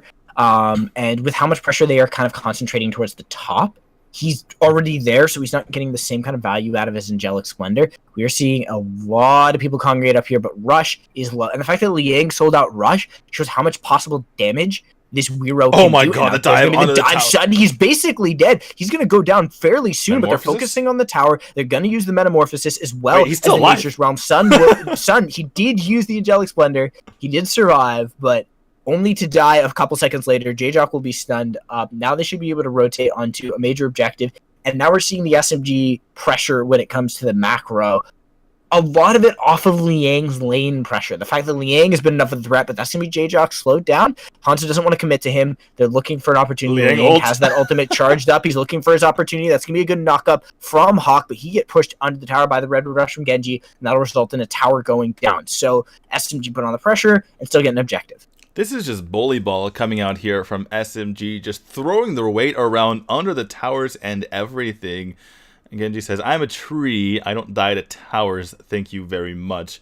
And just dives in there. Weiro is tanky himself. And in the meantime, you have Serenity in the bot lane holding his own as well. So SMG, just big bodies coming through there. And looks like Rush is unable to get that damage in. J-Duck has to pop more Metamorphosis here, trying to come onto them. But they just don't have the damage to get through these beefy bodies here. Serenity actually flickers forward with the Braces of Submission. They're fighting 3v5 and actually managing to pull it off. This is actually insane right now. Yeah, they've got huge amounts of AoE damage to kind of compensate for that. Hanzo should be able to kind of do this once Weiro decides to back him up. They'll eventually bring over Chi-Chi to this endeavor. Hanzo's just kind of going to keep it there because... That was beautiful. Did he just juke that perfectly? Yeah, he dodged the stun. He iframed that with his ult, with the unpredictable. Wow, that's nice. That's, well, I guess you know exactly when it's coming. So, but still, it's kind of cool to see. Takes a bit of skill to understand that animation timing. I give him props for that. So they're going to manage to get themselves both major objectives. They'll drop the Drake at some point, so they're rocking the team fight objectives, and this feels like it all stemmed off of that one really good play in the mid lane. So why do you give Chi-Chi the crick knack? It's asking for trouble. Combine that with Liang pulling out the Weiro, an unconventional side lane pick that he's just prepared to wreck face with. And we see the strategy that brings SMG over the top. Yeah, and I think the verdict on the Zill pick is that it wasn't the greatest because he's just not getting the damage out that he needs. Part of that is because he hasn't really farmed up to the point where he needs to be. One thing I also want to point out is that, aside from those two power surges, it seems like SMG are like the power surge dodge masters. And as I say, they keep getting hit. But for a long time there, they were just dodging left and right throughout the game. Apologies, guys. Looks like we have a bit of lag here, so I'm going to back up for a moment so we get some instant replay. Alright, there we go. Quality went way down. Not sure what's going on. We'll have to see if we can get through this, but we'll have to just live with it for now. Tornado used. There we go. I can see again. I've regained my sight. I can see again. As J-Jock eats a little bit of damage, Redwood Rush forward by Genji. Based on the Metamorphosis, that was a decent stun, but nobody on the position to capitalize. Now Chaser finally getting out some reasonable damage, but that's a huge Nature's Realm. It's zoning out targets. J-Jock is down. Chi-Chi comes in with massive damage. Now Sun using the Angelic Splendor. It's already too late, and the pressure on multiple lanes continues. We've got that team fight buff still in the favor of SMG. They don't have a marksman, so it's a little bit of a slower siege, but they will eventually get these towers down, especially they feel confident on a dive. They're waiting for probably the Nature's Realm again to just guarantee they have that positioning pressure. It shouldn't be too much longer before that comes back up. There's the ultimate from Liang. That's going to be a good stun in the backline. Bracelets of Submission has been used. Sun goes forward. They are focusing onto this tower, but they're being pushed out. That's going to be a lot of damage onto somebody, keeping them busy. If somebody could go in and commit and find the damage, it would have been perfect, but they didn't have anybody there. Rush didn't feel comfortable using the Tornado. They do end up taking one down, but they trade out Sun, and that tower is but a strong breeze away from going down. Serenia will put on a little bit of pressure, dive into the backline. Chaser is going to die. Chi-Chi finishes him off. All it took was 1 minion, and Liang and Chi-Chi finished him, asking him the pressure forward. They take another tower. Now the pressure onto Rush. God. He gets killed before he can Tornado. He just gets CC'd into oblivion, and that's just going to be SMG taking game number 2. Are you kidding me with this? They had no siege minion or no siege heroes on their side, no marksman, no crazy side laner like a Kilgroth or Omen to take down towers. They just jumped in there and killed them and said, "We have too many health bars for you to handle," and just took down the game. That was just clinical from SMG. And again, just too much Weiro, too much Cricknack for AHQ to handle. Don't let people have Cricknack. It gave them the proactive pressure that they didn't have in game one.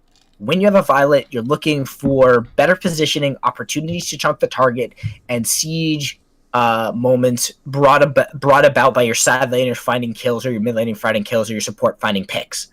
You really are about how you rotate into the major objective. But when you add a Cricknack to that, when you add that top tier assassin jungler, things get rocky. Don't let him have it. Just don't AHQ. Okay, we're taking look at this improvised score screen. Aw, SMG 1336, 1 second off. They almost had it. Oh. That game time. I mean, I was born when that like I was around for when that was a thing, but like that's getting so old. Like that actually is getting to a point where I forget that that's a reference because of how dated it is. At least you eventually got it. I didn't have to say it out loud. But yeah, just play to a T. Just play to perfection. Look at SMG. Massive damage coming out from Chi-Chi and Hanzo in particular. Just being that backline mage to deal the damage, while the front line just had too many HP bars. It was just too much health to go through, and there was no way to get through them to the Liliana because she's just way too mobile. So just played to perfection, and nothing really that AHQ could do with that draft. So they're going to have to go back to the drawing board. I mean, you start up by not releasing the Cricknack, and then you're looking at, okay, what are the other proactive junglers from SMG? If they don't have Cricknack, maybe they're the ones who lean into the Zill. You end up with a slightly different draft kind of on both sides. AHQ at that point ended up going Fennec, and so I don't even know if the scenario is even better for them if they take away the Cricknack. Like, it feels like they still would have been pinched into a really bad draft, just the way that that first half played out. Leaning into the Valheim, I think, is a kind of a mistake, because I think there are other side laners. I think that they shouldn't have banned the Ignis, because once the Violet was gone, I think that the threat of Ignis goes way down, because that combo, that duo is so deadly. But Ignis by himself, you can kind of deal with, because the poke is there, but it's not going to kill you. Whereas Violet and Ignis put together, that poke will kill you. Yeah, it felt like it was just too easy for Cricknack to find an opportunity. Like, this fight right here, if that's not a Cricknack, this doesn't happen. And if Hawk isn't as good as he is, like, they all die. And this part was just sad, because SMG is like, well, we don't technically have any siege, but we'll just make it happen anyway and just jump onto your faces, and let's see how you handle it. I definitely do want to attribute a good portion of that win to the change up in the side lane, bringing in the Weiro, put it in unconventional level of pressure. They got the matchup between Sun and Liang, which is what they wanted, which they didn't get in game one, and that put on the traditional pressure. If I'm AHQ, I want to find opportunities to keep Sun away from Liang. When Sun's away from Liang, he still manages to do things. If they match up, Liang beats the crap out of him, because they're just the same. They're honestly the same kind of player, and just Liang seems to be better. He seems to have a wider hero pool. He seems to be able to execute it better. So just avoid the 1v1 that Liang is currently winning. Well, or come up with a lane matchup Sun can win. Well, okay, first things first for HQ, in order to come back in game 3, you need to get rid of the Cricknack, because that put them in a hole where they really couldn't pick certain junglers, or else they would have fallen in trouble. And then from there, you need to have at least either you need to have bulky heroes or heroes who can deal damage, but not neither, which they had last game, unfortunately. So we'll see what they're able to come up with this time. And right off the bat, Cricknack ban, they've learned their lesson. Yeah. Just don't let it through. It's so easy.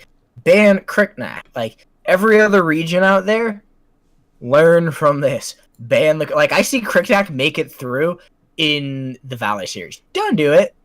It's too easy. Granted, your bands are different and you've got one less of them. Just it's Cricknack. He's too good on this patch. He has been since before this patch. He got infinitely better on this patch, and he's just too much of a threat. Speaking of which, I wasn't able to watch these last week's games, but I heard that he didn't perform very well in the Valor series, which just kind of makes me sad. You want to see why Cricknack gets banned. Watch that. If Cricknack's not performing well in the Valor series, it's because teams are not playing aggressively enough with him. Right. Because his damage output is through the roof. He's incredibly mobile. He has the potential to open up level 4 ganks, and I don't think that NA and EU and even Brazil do level 4 ganks the same way that Korea or Taiwan does it. Well, we did like they're not. We did see a couple of players who played Cricknack very poorly, and we were just screaming at our monitors when that happened. We were like, "No, you kill people. You don't mess around with Cricknack. You don't sit Yeah, you back. don't play slow. You don't late game a Cricknack. No, you kill them at level 4. You kill them at level 6. You kill them at level 7. You kill them, like you dive. Cricknack has just insanely high potential, and even when he's not being played great, he still does a lot of damage if you add in the pressure. Like, it's about the pressure for Cricknack. Even if he's not getting kills, he's a threat to everybody, and we just see Lindis making it through for AHQ, and the Weiro is back, and I'm down. I was wondering if you're going to get it back. It seemed like a little bit of a flex, and Liang is good in almost everyone, but, it worked great last time. We'll see if we can do the same thing this time. It's damage and CC. I think that's the key thing there, is that Weiro brings both damage and CC. It's like if Omen could hit more than one target in a lot of ways. Right. Just with less of the dueling capabilities, but more of the massive teamfight capabilities. It's like if Superman was more damage and less all-in. I want to see Lubu out of Sun this game. That's a good matchup. Or at least that's a good theoretical matchup. I don't know that one verbatim, but that's a good opportunity to kind of take it to Liang in a way that will give you something that can duel, give you something that still brings some crowd control, give you something that can kind of dive, and it's the single target version of what Weiro is kind of bringing to the table in a lot of ways. Apologies for that. Yeah, so just to remind you guys, this is a best of 5, not a best of 3. So this will not decide the series. And hopefully we go the distance, because this is an excellent match as we've seen so far. Pretty crazy games 1 and 2. It does feel like AHQ kind of tricked their way to a game 1 victory, whereas SMG just kind of stomped them in game 2. So if I'm looking at the situation, it feels like AHQ might be in trouble. Yeah, especially with this draft. Again, I don't like the Valheim being prioritized in the first 3. I know teams like getting it, and I know teams believe he's this kind of pseudo-tank control marksman thing. He fits this really weird spot because you build that double slow. But I think it puts pressure on your team to not get caught. And with Wonder Woman,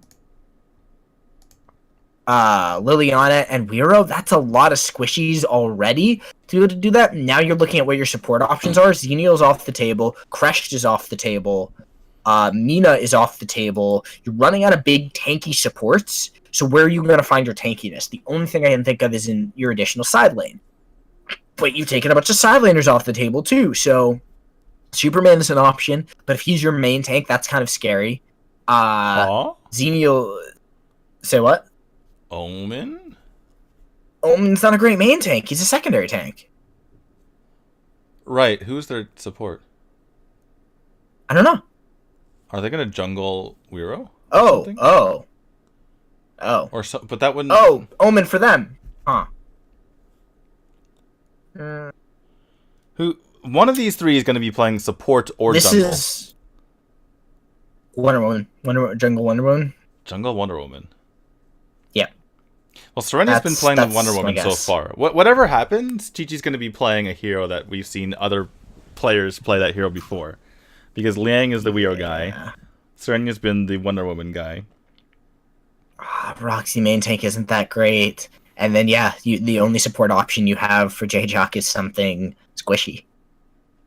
Alice. That's... It feels really easy to run over. Especially because they can't get... Ooh, butterfly. Support... Weiro! Let's go! What is happening? Let's go! I love it! I love it! This is genius!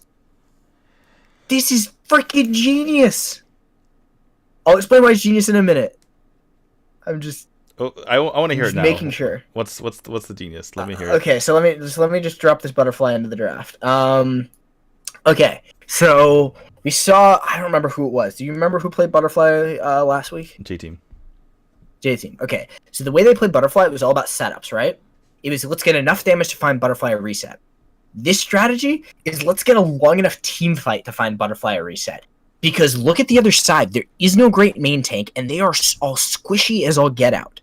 If you walk at them with 5 main bodies and a Liliana who's going to burst, usually can burst people down to about half, right? Wonder Woman's still going to do decent damage, because her damage is pretty good off of just her kit, the true damage, even when she gets tanky. Same thing with Liang on the Omen, who has now found himself in a grand old great matchup. Like, even if you say that Roxy wins that matchup, she doesn't beat Omen, so Omen gets to get his items. That's cool. And Weiro is bringing a tank CC build to the table. What does Rush, Hawk, and Chaser do? J-Jock do? That is 4 squishies. They are all butterfly food. All they have to do is get them down to half health, and Butterfly's going to kill them. And they're all too tanky to die. Yeah, as wonky as SMG's draft is, I'm very scared for AHQ. I don't know how they're going to make this one work. It looks super weird for SMG, but it's genius because AHQ is going to need a perfect game to get enough damage to kill SMG before they all get really, before they all find any level of tankiness. And your 2 damage sources are the Liliana and the Butterfly. Both high damage, high burst, high mobility damage sources. As long as somebody gets locked down by a Wonder Woman pull and slow, or by an Omen death beckon, or by Weiro knockups, they're gonna die. It does seem like it's kind of support by committee, where they have so much CC within their 3 big beefy frontliners that that's how they're gonna keep people off. But I just don't see how AHQ is gonna get to the Hanzo on Liliana, and it's just really scary because she's gonna be throwing out shining lights that just chunk the opposing side, and there's not a whole lot that AHQ can do about it other than Hawk going nuts, or perhaps Sun making something insane happen on this Roxy. And I don't know Weiro's base damages, but Roxy's not going to be super tanky for a little while. And then everyone else is super squishy. Like, look at them beating up on Weiro, but that was Power Surge knockup and Weiro's at half health. Weiro doesn't care. Weiro don't care about your damage. It doesn't matter. So what does AHQ need to do? They need to consolidate all their damage on the same target at the same time, which they can do, but you're asking for trouble. And all it takes is one pop-off by Chi-Chi. You have to shut down the Butterfly on average 3 times. Early game, mid game, late game. Or early game, mid game. You have to shut them down their first 3 gank attempts. Because if that happens, they end up being so squishy that you can kill them when they dive in. But here's the pressure onto Hanzo. They dive forward. Genji is waiting off in the wings, but they are being really patient because they're trying to find Chi-Chi, that level 4 gank. Rush is here as well. Ooh.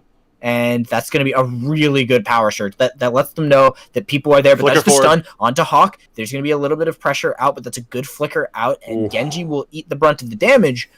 But look at how much they needed to do to get that done. Genji was the only one who flickered, and they forced the flicker out of the mid laner.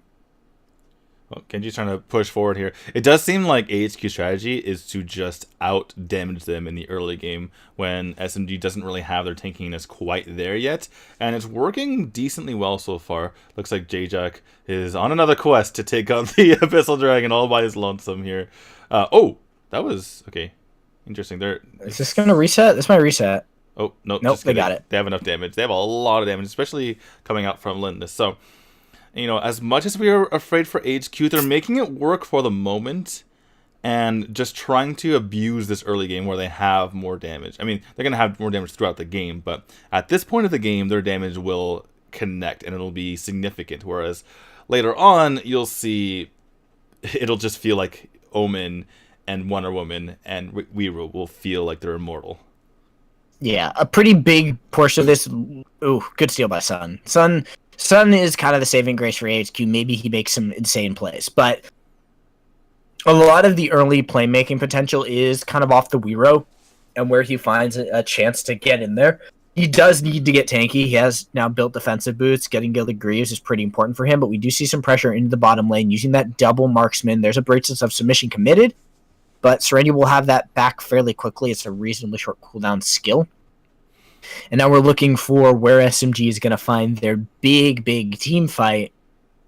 I'm inclined to think that it's going to come off the back of somebody overcommitting towards dragon play, because Hanzo is still on Liliana. That's still plenty of CC and damage, but they are continuing to put pressure into this bottom lane on Serenia. Here comes Chi-Chi. They're looking for a chance. There's going to be a stun and Hissy Fit. They're committing basically everything to try and make this happen. It's kind of working out, but they're about to get caught. Genji does get slowed down. He's going to possibly die. Okay, there's just passive. They will eventually bring him back up. He should be fine. They hit all the marks. And now Genji is at full health with his ultimate flickered forward, looking to get onto Hawk.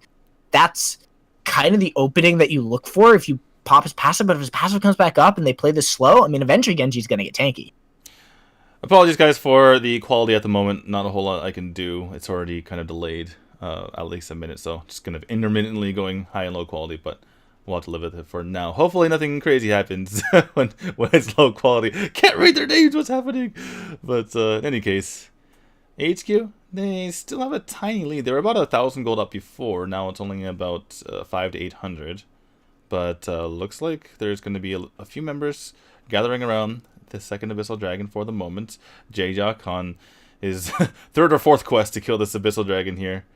Alice, she does love going on quests.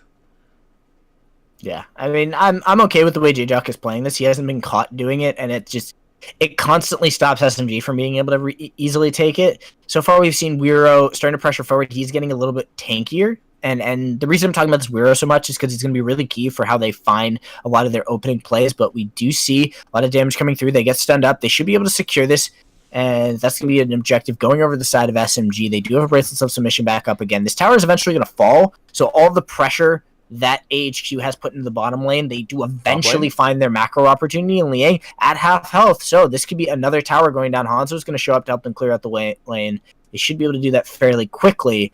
We haven't seen SMG find their team fight, and even with a proactive jungler, we haven't felt particularly confident to do so. It does feel like there's a clock on AHQ similar to Game 1. Now, in Game 1, it turned out there wasn't as much of a clock because they were able to make it work anyway, but AHQ needs to snowball this out of control before SMG can start taking proper 5v5 team fights. For sure. And ooh, there's going to be a Agnes Grasp onto the Liliana. There's going to be a Reiki shot, and it'll just kind of take its time. And this is a challenge. Gotta understand who the characters are. We're back. Liang fighting Sun. It's not really going to go anywhere, most likely. Apologies. I'm not really sure what's going on. Might be my internet connection because it's raining outside. I don't know if that matters. Anyway, apologies to the viewers at home, by the way.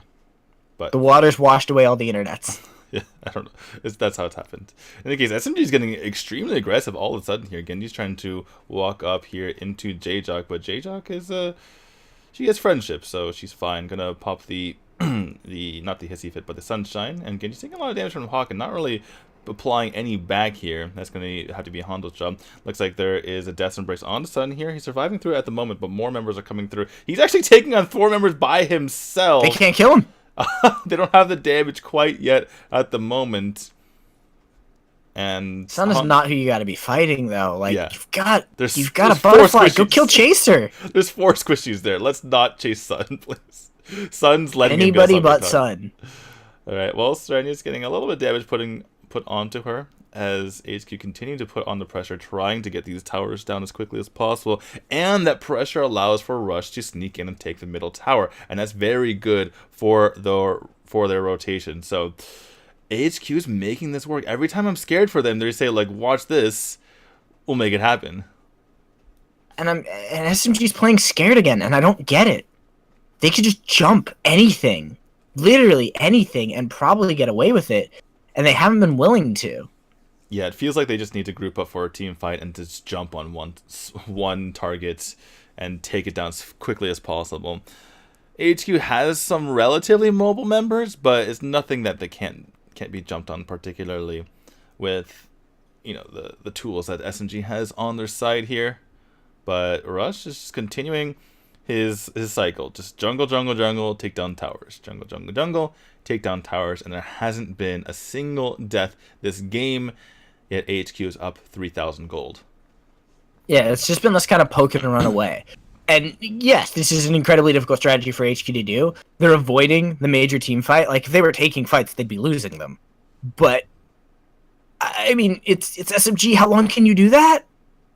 Like, can you do it forever? If they do, it's going to be an incredible feat, and they will absolutely shake SMG to the core. But they finally got Hawk. Liang is probably going to die for this, but they're probably okay with that overall, as long as Chi-Chi finds the kill. Chi-Chi needs to find that kill. Chi-Chi needs to find that reset. Flicker over the wall. Find the reset. Now under Rush. They're going to get the kill. Here comes another opportunity. Chi-Chi goes down. Butterfly's dead. They've got him. Chaser was able to survive the entire time. Sun survives too. So much protection. Wow. And they were able to just kind of clump them all up, and they shut down Chi-Chi. If they didn't find him in the middle of that, that would have gone so far in favor of SMG, but AHQ, they pull it out of the fire. I gotta say, Hawk saved that.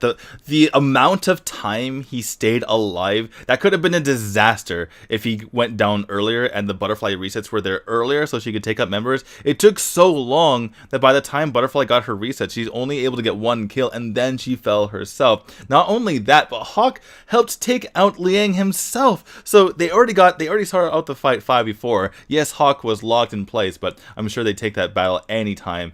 And yeah, Hawk just making it happen for SMG here, or excuse me, for AHQ here.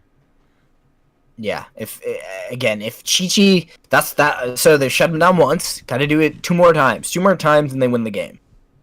It's generally kind of the rule with the Butterflies. If you can stop her from finding the one good team fight, and she'll spike up an item and a half, and then if you lose that third team fight against her, she'll be ahead and be able to kind of kill any target she wants. J-Jock. We are seeing J-Jock. I mean, J-Jock's been on point with this Abyssal Dragon play. Like, I believe in it. I want to see him take it out by himself one of these days. Just like 10 minutes later, I did it, guys. It's like, yeah, the game's over. Sorry. But he's back on it again. Has some help here from Chaser. And as the light comes back into the room for a moment. But Genji has to charge out of there, taking quite a bit of damage from Chaser and J-Jock, getting locked in place. That is the knockup from Hawk there, and his passive goes off, but he's going to end up going down in the end regardless. His passive not enough to keep him alive through all of that. And the Weiro support is not really working out for SMG at the moment. We thought it was genius, but perhaps not so. I still think it was genius. I just think they didn't try and fight anything in the early stages. They just played too safe. Like, you got to give AHQ Weiro should have been running with Chi-Chi and killing everything in sight, and they just didn't try. Yeah, well, there were some skirmishes in the early game, but clearly AHQ took those.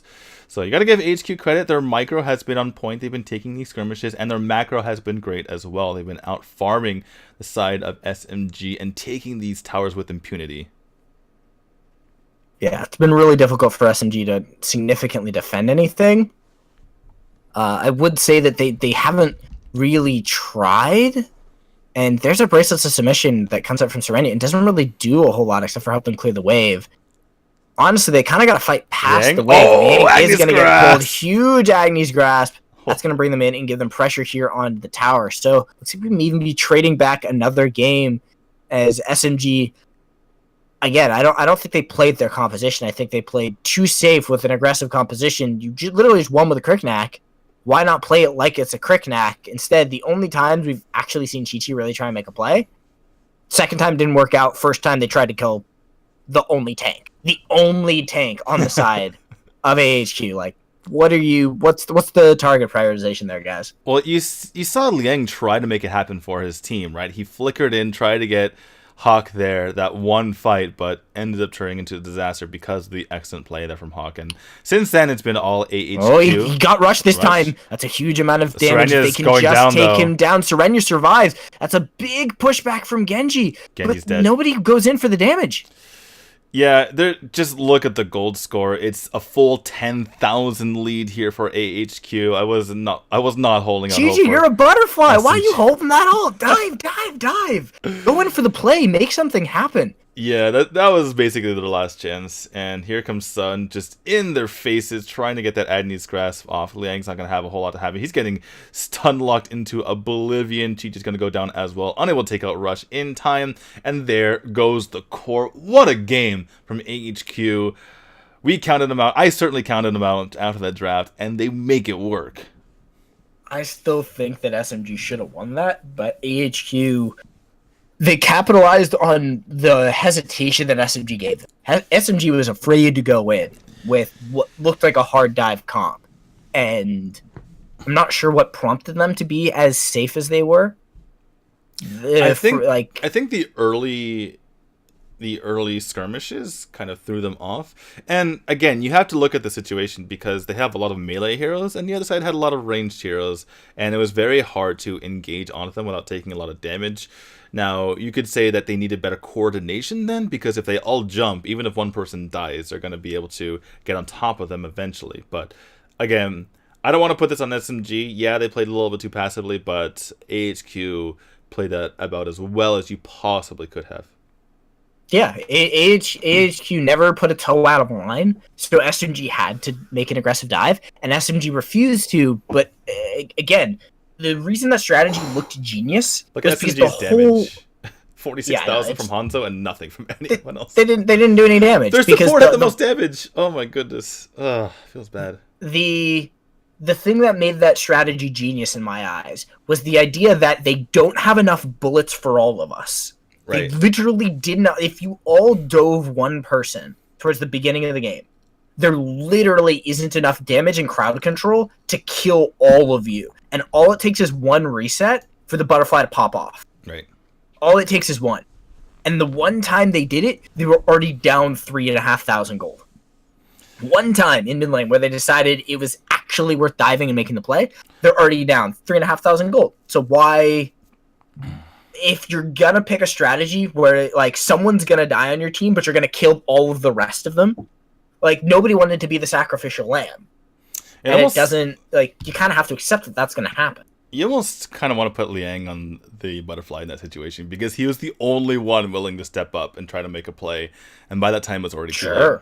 Sure, put Liang on the butterfly, like whatever it takes to get her the reset. Like that is. Because that is the epitome of that strategy. He was the only one willing to step up. He was in there. He's like, I don't know why you guys. He gets a flicker Death's Embrace on Rush. And Hawk, yeah. Onto no. He got it onto Rush by their towers towards the end game. He got a flicker Death's Embrace onto Rush. Took him to half health. Where's the dive? Well, where is Chi-Chi? I was referring to the other flicker Death's Embrace when he got Hawk. He did it twice. Like the mid lane one, the mid lane one was him showing he's willing to make a play, but the second one, that was half health win. Just kill him. Well, that was never gonna happen because she had Dark Blessing as well. So that was just, and they were down so much gold at that point. I felt like there was one opportunity was to when they tried to catch Hawk, and Omen just got obliterated after that. And if the team was just there, they could have made it happen. It felt like something. Here we go. That's the play. So like they go in, right? They put the damage on the Hawk. He flickers out. He's gonna die in about 2 seconds. But what's really important is where Chaser is, because Chaser he doesn't even target him. Chaser gets the AoE damage off of a red glaive to kill Chi-Chi. Like, if that glaive doesn't come up, or if he's not in the position to throw that one glaive that killed somebody else and then also Chi-Chi, like, Chi-Chi resets. Yeah. Well, I don't know. There's not a whole lot else I can say about that other than AHQ somehow made that work. And it almost felt like the opposite, right? Because you say there are not enough bullets for all of us, but it almost felt like the opposite situation where because the butterfly couldn't pop off, there wasn't enough damage from the side of SMG to take everyone down. Because even if you took one person down, the other squishies were just firing on all cylinders. But they were already 3.5k gold down. Yeah, that is the issue. Like there weren't enough bullets, but if the bullets hit like a truck, like if there weren't enough bullets, but if that's a solid buckshot bullet, or like if that's a bazooka, like it only really takes one. Well, the thing is, Weiro had to be in there, and it felt like Weiro wasn't effective on the support, and I wonder if that's just Genji being unfamiliar with it, or if Weiro support doesn't work. Probably a little bit of both. I thought it would just be a body that got in your face, and that would be the point. And it would dive with Chi-Chi. Chi-Chi would go in, Weiro would follow up the CC, and you would catch people out towards the middle, and like towards the middle jungle. There wasn't any jungle invades from the side of SMG. There wasn't any full team fights where Weiro's passive went off, and the whole point of that passive is it's so game breaking to be able to have a revive on your side. But when you're dying by yourself, like he did a couple of times there, it's not going to work out too well for you. We're back into this draft here. SMG staying with the plan, going with the Mina ban right off the bat, and go for the Violet afterwards. So this is what they did in game number 2. Let's see how AHQ decides to handle it this time. Again, the Ignis ban. They really don't want to deal with Ignis, and they give up the crit neck. I feel.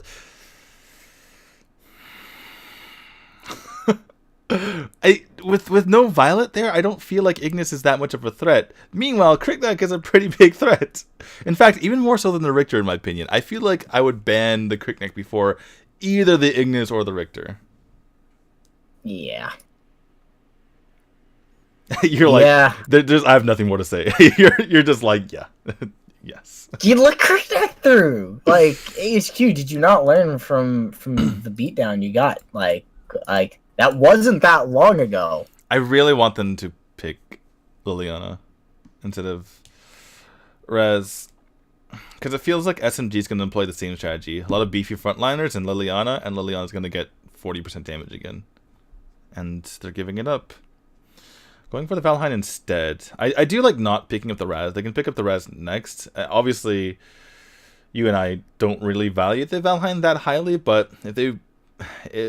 since they can just get the mage this next pick, then if they really want the Valheim that badly, then this is the way to go. My point is more that Valheim never seems to be the reason you win, but when you're winning, like, Valheim is another status quo hero. He's not the reason you won most of the time, but when you do win, he looks really good. I think that AHQ, again, is just going back to their roots, where they want to out-macro the opponent, and Valheim, once he wins a lane or puts pressure on a lane, he can kill the tower. Whereas not a lot of the Sidelanders are capable of doing that. Yeah. Anyway, bit of a surprise here as Hanzo picks up Raz rather than his traditional Liliana, which he's been playing pretty well so far. But they're taking that away from Hawk. And Hawk certainly did a very good job last game. So we'll see how HQ pivots, and they're gonna just pick up the Lindis right now rather than going for the Liliana, and I imagine there's gonna be a Liliana ban in our next phase. Probably. I would be surprised if there wasn't, because they're leaning into the Lindis, and again, I think that's an over-evaluation of the Valheim, because it's a good side leader, nobody denies that, but it seems like it gets picked too often in a high priority, because they're afraid they're not going to get it. And you gave up Crickneck. That Valheim's not going to do all that much. Yeah, and this is AHQ. You could not be playing with fire any more than this. Having 2 marksmen into a Crickneck is the height of danger for them. This is not going to be the same as it was up against the this is not the same story up against the butterfly. Like, Crickneck is gonna go in and he's really not gonna care. He doesn't need resets. He's not afraid to dive in because he has ways to escape. He has ways to maneuver in the middle of a team fight. Butterfly effectively doesn't want you go in unless you get a reset, and you usually only go in when you're going to get a reset, and you set up the composition to be able to facilitate that. This scenario, they're playing with some serious fire, and I wonder if the victory they just got might have given them a false sense of security in terms of options to win out. And they yielded the mid lane for the Valheim. Like, that to me is kind of a concern. There are other mid lane picks, but you've kind of shifted off to get something you didn't necessarily need to, again, kind of reduce your tankiness. Crushed is up, though. If they do take Crushed here, I'm okay with the pickup because they have enough protection for that double 80 carry. I want to see Crushed and Jinnar, because Jinnar, he gives your team the space it needs. He gives your backline marksman the space they need to deal damage, because everyone has to run away from the Jinnar, and they have to focus him down before he kills everyone. So, I do not like this as much, though. Pura does fit the same strategy they did just run. It fits that Alice strategy. I think that they're misconstruing the lack of willingness from SMG to dive with a butterfly for the same of, oh, it's an assassin jungler. If we play these defensive backlining supports, we can kind of poke them into submission, and Cricknack's not going to care. Cricknack's going to look right at your poke comp and be like, cool, that's food, that's also food, that is also food. And you don't need resets when you can drone drop on all of them. I do not need resets to kill you all. And Malik, that's 50-50 to me. The Crest is great. The Crest is the right pickup. I like the Wonder Woman more. It feels like it gets in their face better than the Malik does. Right, and if you're trying to shock in, there's just gonna be like bugs scattering outside of the circle. It's too easy. Now, you can say that a shock scattering lets you isolate a target, but that's kind of asking a lot to be like, oh, the target who ran away directly towards us is the one we wanted to isolate, instead of it being maybe the Roxy. Okay. I see where you're getting at with this one, AHQ, but I don't think you have enough protection. You're putting a lot on Hawk to make mad plays. He did it on the Raz, but do you really think he's got the fanciest feet? I really would like to see a Jinnar still here, because it pairs with the Pura. That is even less fancy. Mm. But interesting. I like this better. That's a better all-in way to shut down Chi-Chi. Are there too many other things that are going to get in his way? Right. It's kind of like having double support, having an Alistair, and they have enough damage to pull it off. The problem is he's, again, another immobile squishy. So his magic barrier, with Metamorphosis, Bracelets of Submission, and everything that Hanzo does, is that too... It looks to me, it looks too dangerous. It looks like Hawk is going to get pressured. Now, again, if for some reason SMG has, forgotten their diving suit at home and they just kind of want to hide. If AHQ plays this perfectly, they can win. But that's really asking a lot. They did it last game, technically. Technically, they did it last game, but that also came with a scared AHQ. I don't think they're going to be scared on Cricknack. The skill required to pull this off perfectly, as opposed to last game, is, I feel, even higher. Yes. It's just every single CC has to be just on point, or else one slip up, and you're going to be evaporated by Cricknack. Yeah, I'm inclined to agree. It's going to be a lot harder for them to kind of play that skirtish comp. They can do it. AHQ has the mechanical skill to do it, and we've seen them do it before. Does Marja go Gilded Greaves, by the way? Because it's very scary. You can die before you can even get your Ghost Walk off if there's that much stun. Yes, I would go Gilded Greaves. I would go Gilded Greaves into...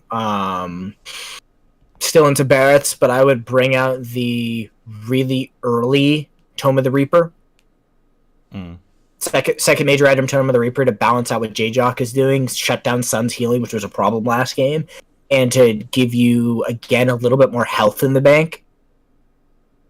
And it's Liang on it too. So I feel he's gonna do that. By the way, when the buff thing goes off, can the players see that? Because that's kind of a giveaway as to what SMG do. Yeah, there's no way. Maybe there's a lighting effect, but Yeah. I mean, it's only the first buff, and you kind of assume it's going to happen at the beginning. Well, but like SMG, they had 3 people helping Cricknet get that first buff, which gives you a better timing as to when he's going to be on 4 and going at someone. Because look at this. He is about to hit 4 at like 120, and then someone might get deleted right now. Oh yeah. J-Doc is dead. J-Doc is dead to the world. Hanzo's angling for this. Oh no, he angled down. Okay, I thought Chi-Chi was literally going to walk... No, nope, J-Doc. Hanzo's looking for it. Chi-Chi's looking for it. Yeah, J-Doc. J-Doc's dead. Bye, J-Doc. Oh, no, he's gets out. Oh, the magic barrier. The God stun? Oh my god. Can they save him? Can they... The perfect play is coming out. Hark is a god! The perfect play.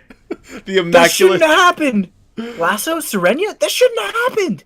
That should have been 2 dead. The immaculate that should barrier. Have been Hawk turn on the rush. That should... Oh my god. Oh my goodness. The double support. You can't do that to me, AHQ. You can't bring out those plays. You can't be that good. The stuns are just on point here, and Sun's gonna go ahead and do his thing. Oh, we are gonna have a turnaround fight here. The only person with ultimate up here is Chi-Chi with the drone drop. Genji coming in from the side. Chi-Chi is gonna go in. Is he gonna be able to dive it? No, he jumped onto the stun. Chi-Chi! Hawk completely Magic outplayed prison! him, and Chi-Chi's gone. Oh my goodness! Hawk is gone. Yeah, and after they get the dragon, after they get the kill on Genji, the magic prison comes up for Alistair. He snap picks it and locks him down, and down goes Chi-Chi. And need I remind you guys that this is game point for AHQ. If they win this, they move on to the next round, and SMG are not going to the AIC. So this is massive. I mean, I'm gonna be real. That needed to happen for the side of SMG. They needed to kind of get that steal, because then you went into the you went into the really awkward team fight positioning. Yeah. Oh god. Yeah, that fell apart real fast. And because they were right in each other's faces, whoever got that abyssal and unlocked the ultimates for each side, it was going to be in a very, very nice position. You saw exactly how that played out afterward. Let's see if SMG can come back. Sun's trying to go in here. It's He's taking a lot of damage. There's the Ides Grass and the Magic Prison before he can pop Metamorphosis. Oh my god, the CC is never ending. Yeah, this is...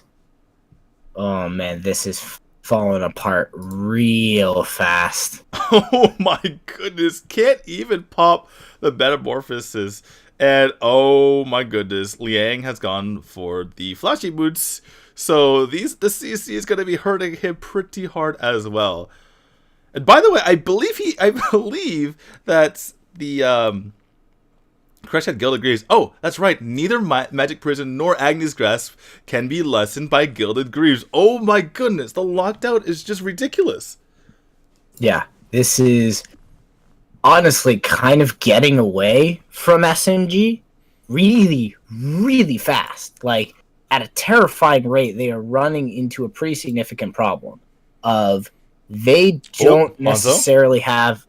Ooh, okay, that was good. They may not actually have the dive potential to make this work. Genji pops Metamorphosis, and there's an Abyssal Dragon up.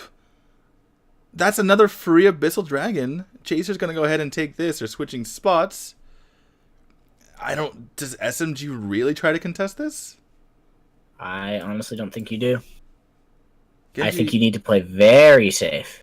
Well, that said, AHQ hasn't taken it. I feel like they're missing an opportunity here. But SMG were serious about contesting it. So maybe it was a good idea for AHQ to back off and get their farm, because they sent all 5 members speaking SMG. And that's giving AHQ some space in the map. Now, everyone's backed off and gone to this respective lanes. SMG able to take it with just 2. But that said, they're coming in onto Liang. Out comes the Force Sentry. But in the meantime, this double marksman composition is taking out the tower up top. Here comes Hanzo trying to push on. Down goes J-Duck to the Metamorphosis. In trouble is Hawk as well. He gets knocked off. It tries to pop the magic prison, but that just stuns himself as well. And he is going to go down. And that is the first time that SMG has managed to get back at AHQ. Yeah, and that came off of just having too many team fight tools for the side of AHQ really to deal with. Sun? Which Sun? is... Sun? Yeah, Sun is dead. Goodbye, Sun. I mean, you're Agnes not that Grasp? tanky. He doesn't matter. Still dead. He nearly took out Chi-Chi, though. If he got the Agnes Grasp from the right target, he could have maybe taken him out, but ended up going down. No, that was the number of team fight tools being in favor of SMG, because the problem you run into is, do you have enough dive to get through their damage if you're being caught by Hawk? I think Hawk is the X factor here for the side of AHQ. That stun is kind of ridiculous, and then that also sets up J-Jock to be able to get his stun. So there's a huge amount of crowd control upon the entry. Now, you would expect SMG to come in from multiple angles, which is kind of why we saw that team fight turn a little bit more in their favor. And Chi-Chi is like, the Crick Attack is eventually going to become a problem, but that's Chaser putting pressure on Liang. Here comes J-Jock to be able to get that extra stun. So they're really kind of trying to layer the stuns and keep you busy long enough. Problem is if all 5 members of SMG are there and they don't get double stunned up by Hawk, it kind of falls apart for AHQ. Well, they're pushing into this mid lane. Let's see if SMG can break through all of the barriers that AHQ is putting up. But like you mentioned, if they break through one, it makes it a lot easier, because that's one less stun that could potentially halt you on your way. And again, you're taking a little bit of damage here. The Abyssal Dragon's up in 5 seconds. So that could be a point of contention. AHQ still holding on to that 1,000 gold lead at the moment. Not something that SMG can't overcome in a team fight, but looks like they're going to get another Abyssal Dragon for free. No contest coming here from HQ. Meanwhile, they're in the jungle of SMG. Unable to take out this tower. GG's going to go and rush over. So this ends up working out here for SMG, because HQ didn't really get anything done that time. Yeah, so far they've Sun? been... Son, I don't know if you want to be there. That seems like the name you're supposed to be, Fred. He got the buff and ran away. Even so, is that really where you want to be right now? Like, that's the last time you went down that road that almost killed you. But I can just imagine Sun, just you ask him that question, he's like, yeah, I want to be here. yeah, no, it's fine. Did I? Let me ask you one question. Did I die? No. So it's fine. But you could have died, but I didn't. Oh, like, that's Agnes to Grasp. me, that's Sun, but that's such a pull on the Serenity. He will flicker out of there, but here comes the full team collapse. They back off. Why back off? Well, HQ was able to disengage from that pretty well. So good on them to make that happen. Chaser putting some damage on the Hanzo, but a little bit too much defense on his side. Nearly gets hit with the power surge after the little bit of combo coming out here from Craig next. So he's taking some damage on the backside as well. In the meantime, Chi-Chi is invading by his lonesome, but he is a fast bug, going to get out there before Chaser's able to chase him down. Well, Genji taking the damage, trying to help out Chi-Chi, and Chi-Chi's like, nah, I'm fine, I can do this by myself. Don't worry about it. A lot of posturing here in the center of the map, seeing what they can't get done, see they can't poke the other side. HQ, their gold lead is dwindling at the moment, only up about 600 gold as it stands, as the Abyssal Dragon comes up once again, and we go into low quality for a moment here. Knock up onto that, and there's a magic prison. Oh my goodness, you have overstepped, Hanzo. That's not the way you should be doing that. In the meantime, Sun goes down under the tower as well. So 1-for-1 trade here, but Marja, Liang gets knocked up here. J-Jack has to pop the Nature's Rally. In comes the Metamorphosis to try to take him down. Liang is in the backline, but is a little bit afraid to step up. That means that Rush is going to get onto Genji, and he's potentially going to go down here. He does from that long distance. Lunar Champion, meanwhile, Liang has already used his Ghost Walk, so this tower is going to be going down. And just the poke is coming out from HQ. Yeah, but Chi-Chi still has assassination power. He just hasn't felt safe to go in. If they're moving as a cohesive unit and you have multiple threats, SMG wins that fight. Problem is SMG keeps looking for picks, and AHQ is more than willing to oblige them with 3 members to pop out of nowhere and kill whoever they're trying to pick. You cannot go after Hawk without 2 targets, so somebody can absorb his damage, and he's basically always being protected by J-Jock. So you need 3 people to kill him. Speaking of 3 people, Chi-Chi's right now. They're going to find him. They're going to find him. They're gonna find him. He's Oh, dead. magic No. prison! Oh, the flicker out! Oh, Chi-Chi's dead! What the play? Serena's a flicker out as well, but she's gonna go down as well. What is happening? Hanzo is getting stunned to oblivion. He's gonna be able to get out of there with the essence of the Witch Shield, but Hawk is just the bait master. Give him the crown right now.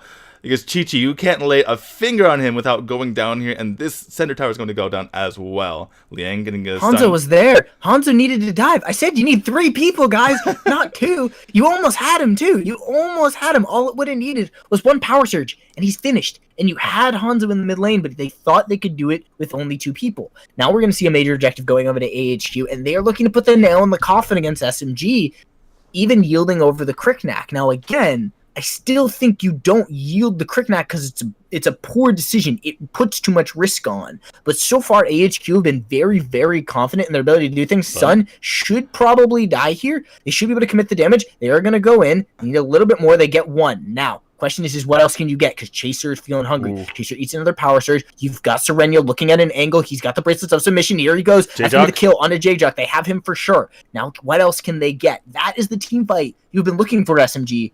Don't let that slip away. Yeah, Sun not doing his team many favors there, getting caught out in the open and taken down. They need the synergy of all their teammates there in order to make this happen. And even though you're Roxy and she has some durability, she's definitely going to go down to a Cricknack if he's in the vicinity. Try to get as much damage as possible, but didn't work out in the end through all those shields coming out here. Hawk and Rush are very daring, just poking at this bear right now, but I don't think they want this. But that said, it was the Enraged Abyssal Dragon, so a pretty massive boon to the side of SMG here. Yeah, and we did also just see that Tome of the Reaper be finished out by Liang, which I mentioned at the beginning of the game is going to be key for them to kind of shut down what Hawk and Sun are looking to do. Now that they have that, the team fight looks way better for SMG going into these really close engagements. Kind of question is going to be, how well do they continue to shut down Hawk? Or at least zone him off of feeling comfortable that he can stick around and do significant damage. Because so far, Hawk has been a freaking god. Like, if this is any other region, that Alistair doesn't survive. Or any other team, perhaps, because that has been pretty I might ridiculous. say J-Team gets away with that. Star might get away with that. Well, He plays a pretty good Alistair. Star might get away with that. But to your point, yes, it's highly rare for someone to be able to be that good. well, all that said, AHQ is barely holding on to this 1,000 gold lead. They're still holding on to the majority of the structures despite giving up both major objectives onto the map here. So they're staying strong. And can they continue this immaculate play and hold off the Cricknack? We need to see them continue to do so, or else they're going to be blown up and blown to bits. Now, SMG, a valiant comeback so far. Remember, this is their tournament on the line. If they lose this game, they are out. So great to see them be able to execute at this level even under the pressure, and it's really been impressive so far. Yeah. What I want to see next, though, is how they take their next team fight, because Liang has picked up that Apocalypse, so that damage is going to be interesting if he gets into the backline. Who is Hawk going to target on his defensive play? And is Sun going to make another God play and grab a target? Like, if they can take Serenia off the board or Hanzo, you take a lot of that pushing CC pressure off, and then you open things up for Chi-Chi to be over-aggressive. And be looking to kind of make the comeback play. That's a lot of damage on the Hanzo. They do manage to find him. Huge metamorphosis to give them the escape route. No damage. But this is what I'm talking about. Chi-Chi is looking for his opportunity to go back in, and they really just need to back away. Yeah, the metamorphosis was on almost all 5 members there, but didn't get the damage in and wasn't able to save Hanzo. And this is big. AHQ can take advantage of this 5v4 and start pushing out the lanes. No major objectives are up at the moment, but any sort of advantage you can get, any sort of momentum that you can build and skew the map in your favor is absolutely huge, as you see Hawk and J-Jock, the pair, pushing into this middle lane. Yeah. So far, oh, that's a good stun onto Chi-Chi. You can't give him those. You can't give him those for free. He has to cost him something to make that happen. That's going to be Serenia? bracelets of submission out. Honestly, I think Serenia needs to stop using that to clear the wave. It takes a team fight tool off the board when you're probably going to lose that tower no matter what you do. Now we see a couple power surges connect. Liang is going to be able to help them clear. They need to get everybody together, Magic and prison? there's going to be the magic prison. Oh! If Liang survives, he goes down. You needed him to be able to get out of there. You're going to lose the Genji as well, and now what can you do? What is your miracle play, Chi-Chi? Because so far you guys got a little over aggressive. You Tower's haven't going found down. your Magic opportunity. barrier. Stun onto Hanzo. Bracelets That's submission. a lot of damage, and Chaser taking a it's lot of not damage. connecting. Chaser took a lot of damage from that tower, but he's able to stay alive here. Gonna get healed up. This is the power of the Pure coming into play. Are they gonna be able to take this tower? They're gonna take this as well. Serena can't walk into the magic barrier. Are they gonna be pushing onto the core here? Genji and Liang are still down. Can they make this happen? They're really going onto there. There's two marksmen. They're gonna be pushing onto it. You gotta kill the minions. Oh my goodness! It's getting extremely low. Rush is continuing to attack it. So is Chaser, and that is the series. AHQ moves on to the next round, and SMG is out. They couldn't do it. They couldn't bring themselves to dive those minions. That needed to happen before they started hitting the tower. And AHQ, destroy my prediction, destroy probably a lot of the fans' love, and destroy the members of SMG, because this is a series that never should have happened. Not like this. This should have gone 5 games minimum. And SMG, they played scared 2 games. They played scared games 1 and game 3. They couldn't afford that. Well, the AWC reigning champions, the current world champions, showing up for this match. They were coming into this playoffs somewhat playing well, but not to the level of SMG, who had run off 7 straight series in a row. But they showed their mettle here. They said, we are ready to take you down, and so they did. And in a situation where I felt like every single game they won, they had lost the draft. But, you know, when you play a draft perfectly, sometimes it can flip things on its head. Yeah, no, they do it 2 games in a row where they get away with murder. Hawk Game they won, never have survived. Every game they won, the game 1, game 3, game 4, we thought they lost the draft, and they did lose the draft. They put themselves in a weakened position and only managed to beat SMG by completely outplaying them, by baiting them into over-aggression, and I don't know, SMG played scared games 1 and 3. They had compositions that could have just easily gotten in the face of their opponents, and they didn't want to do it. Yeah, and I don't know.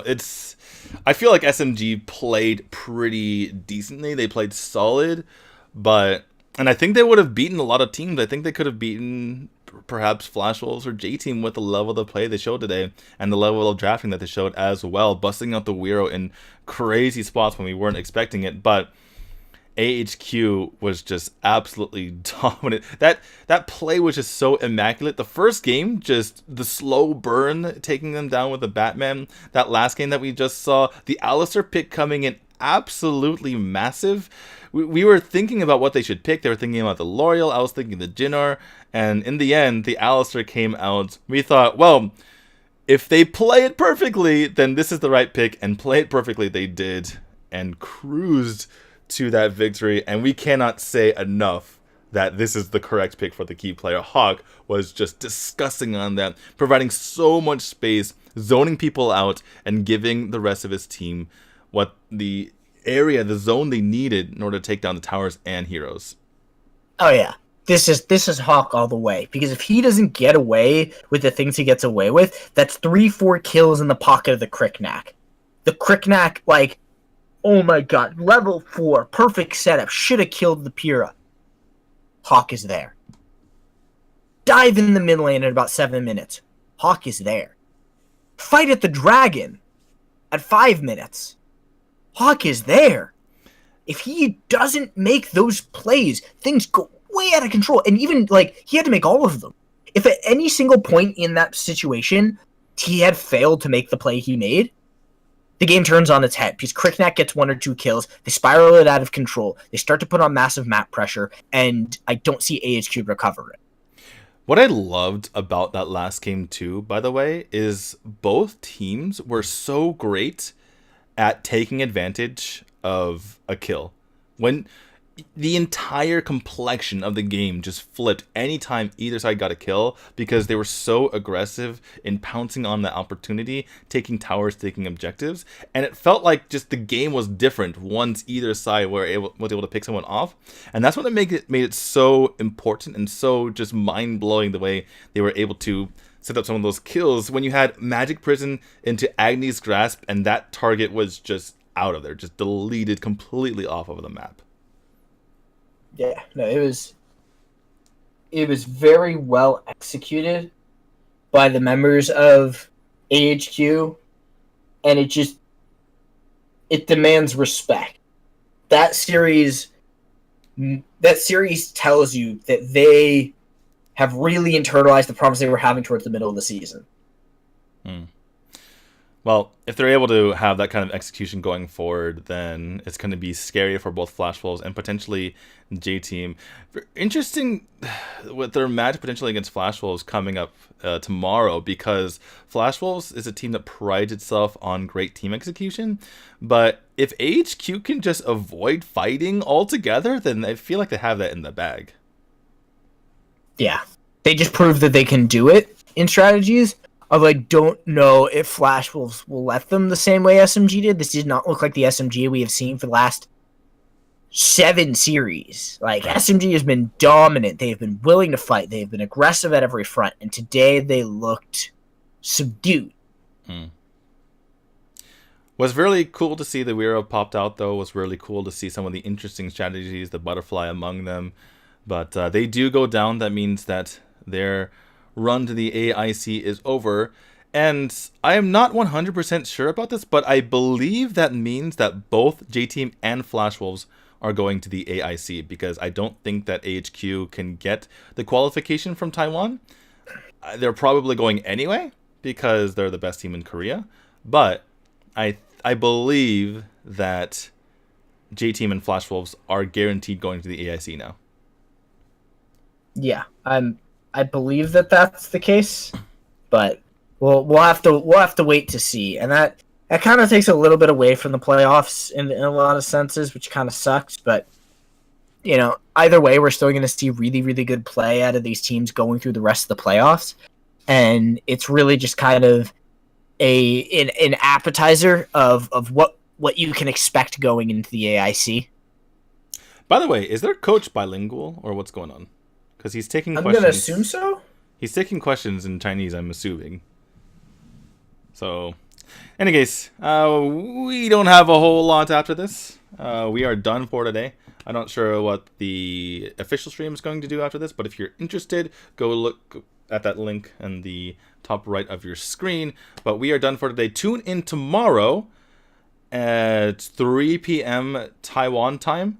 So that is 18 hours from now. Tune in 18 hours from now. Well, 17 hours and 35 minutes from now. But you get what I'm saying.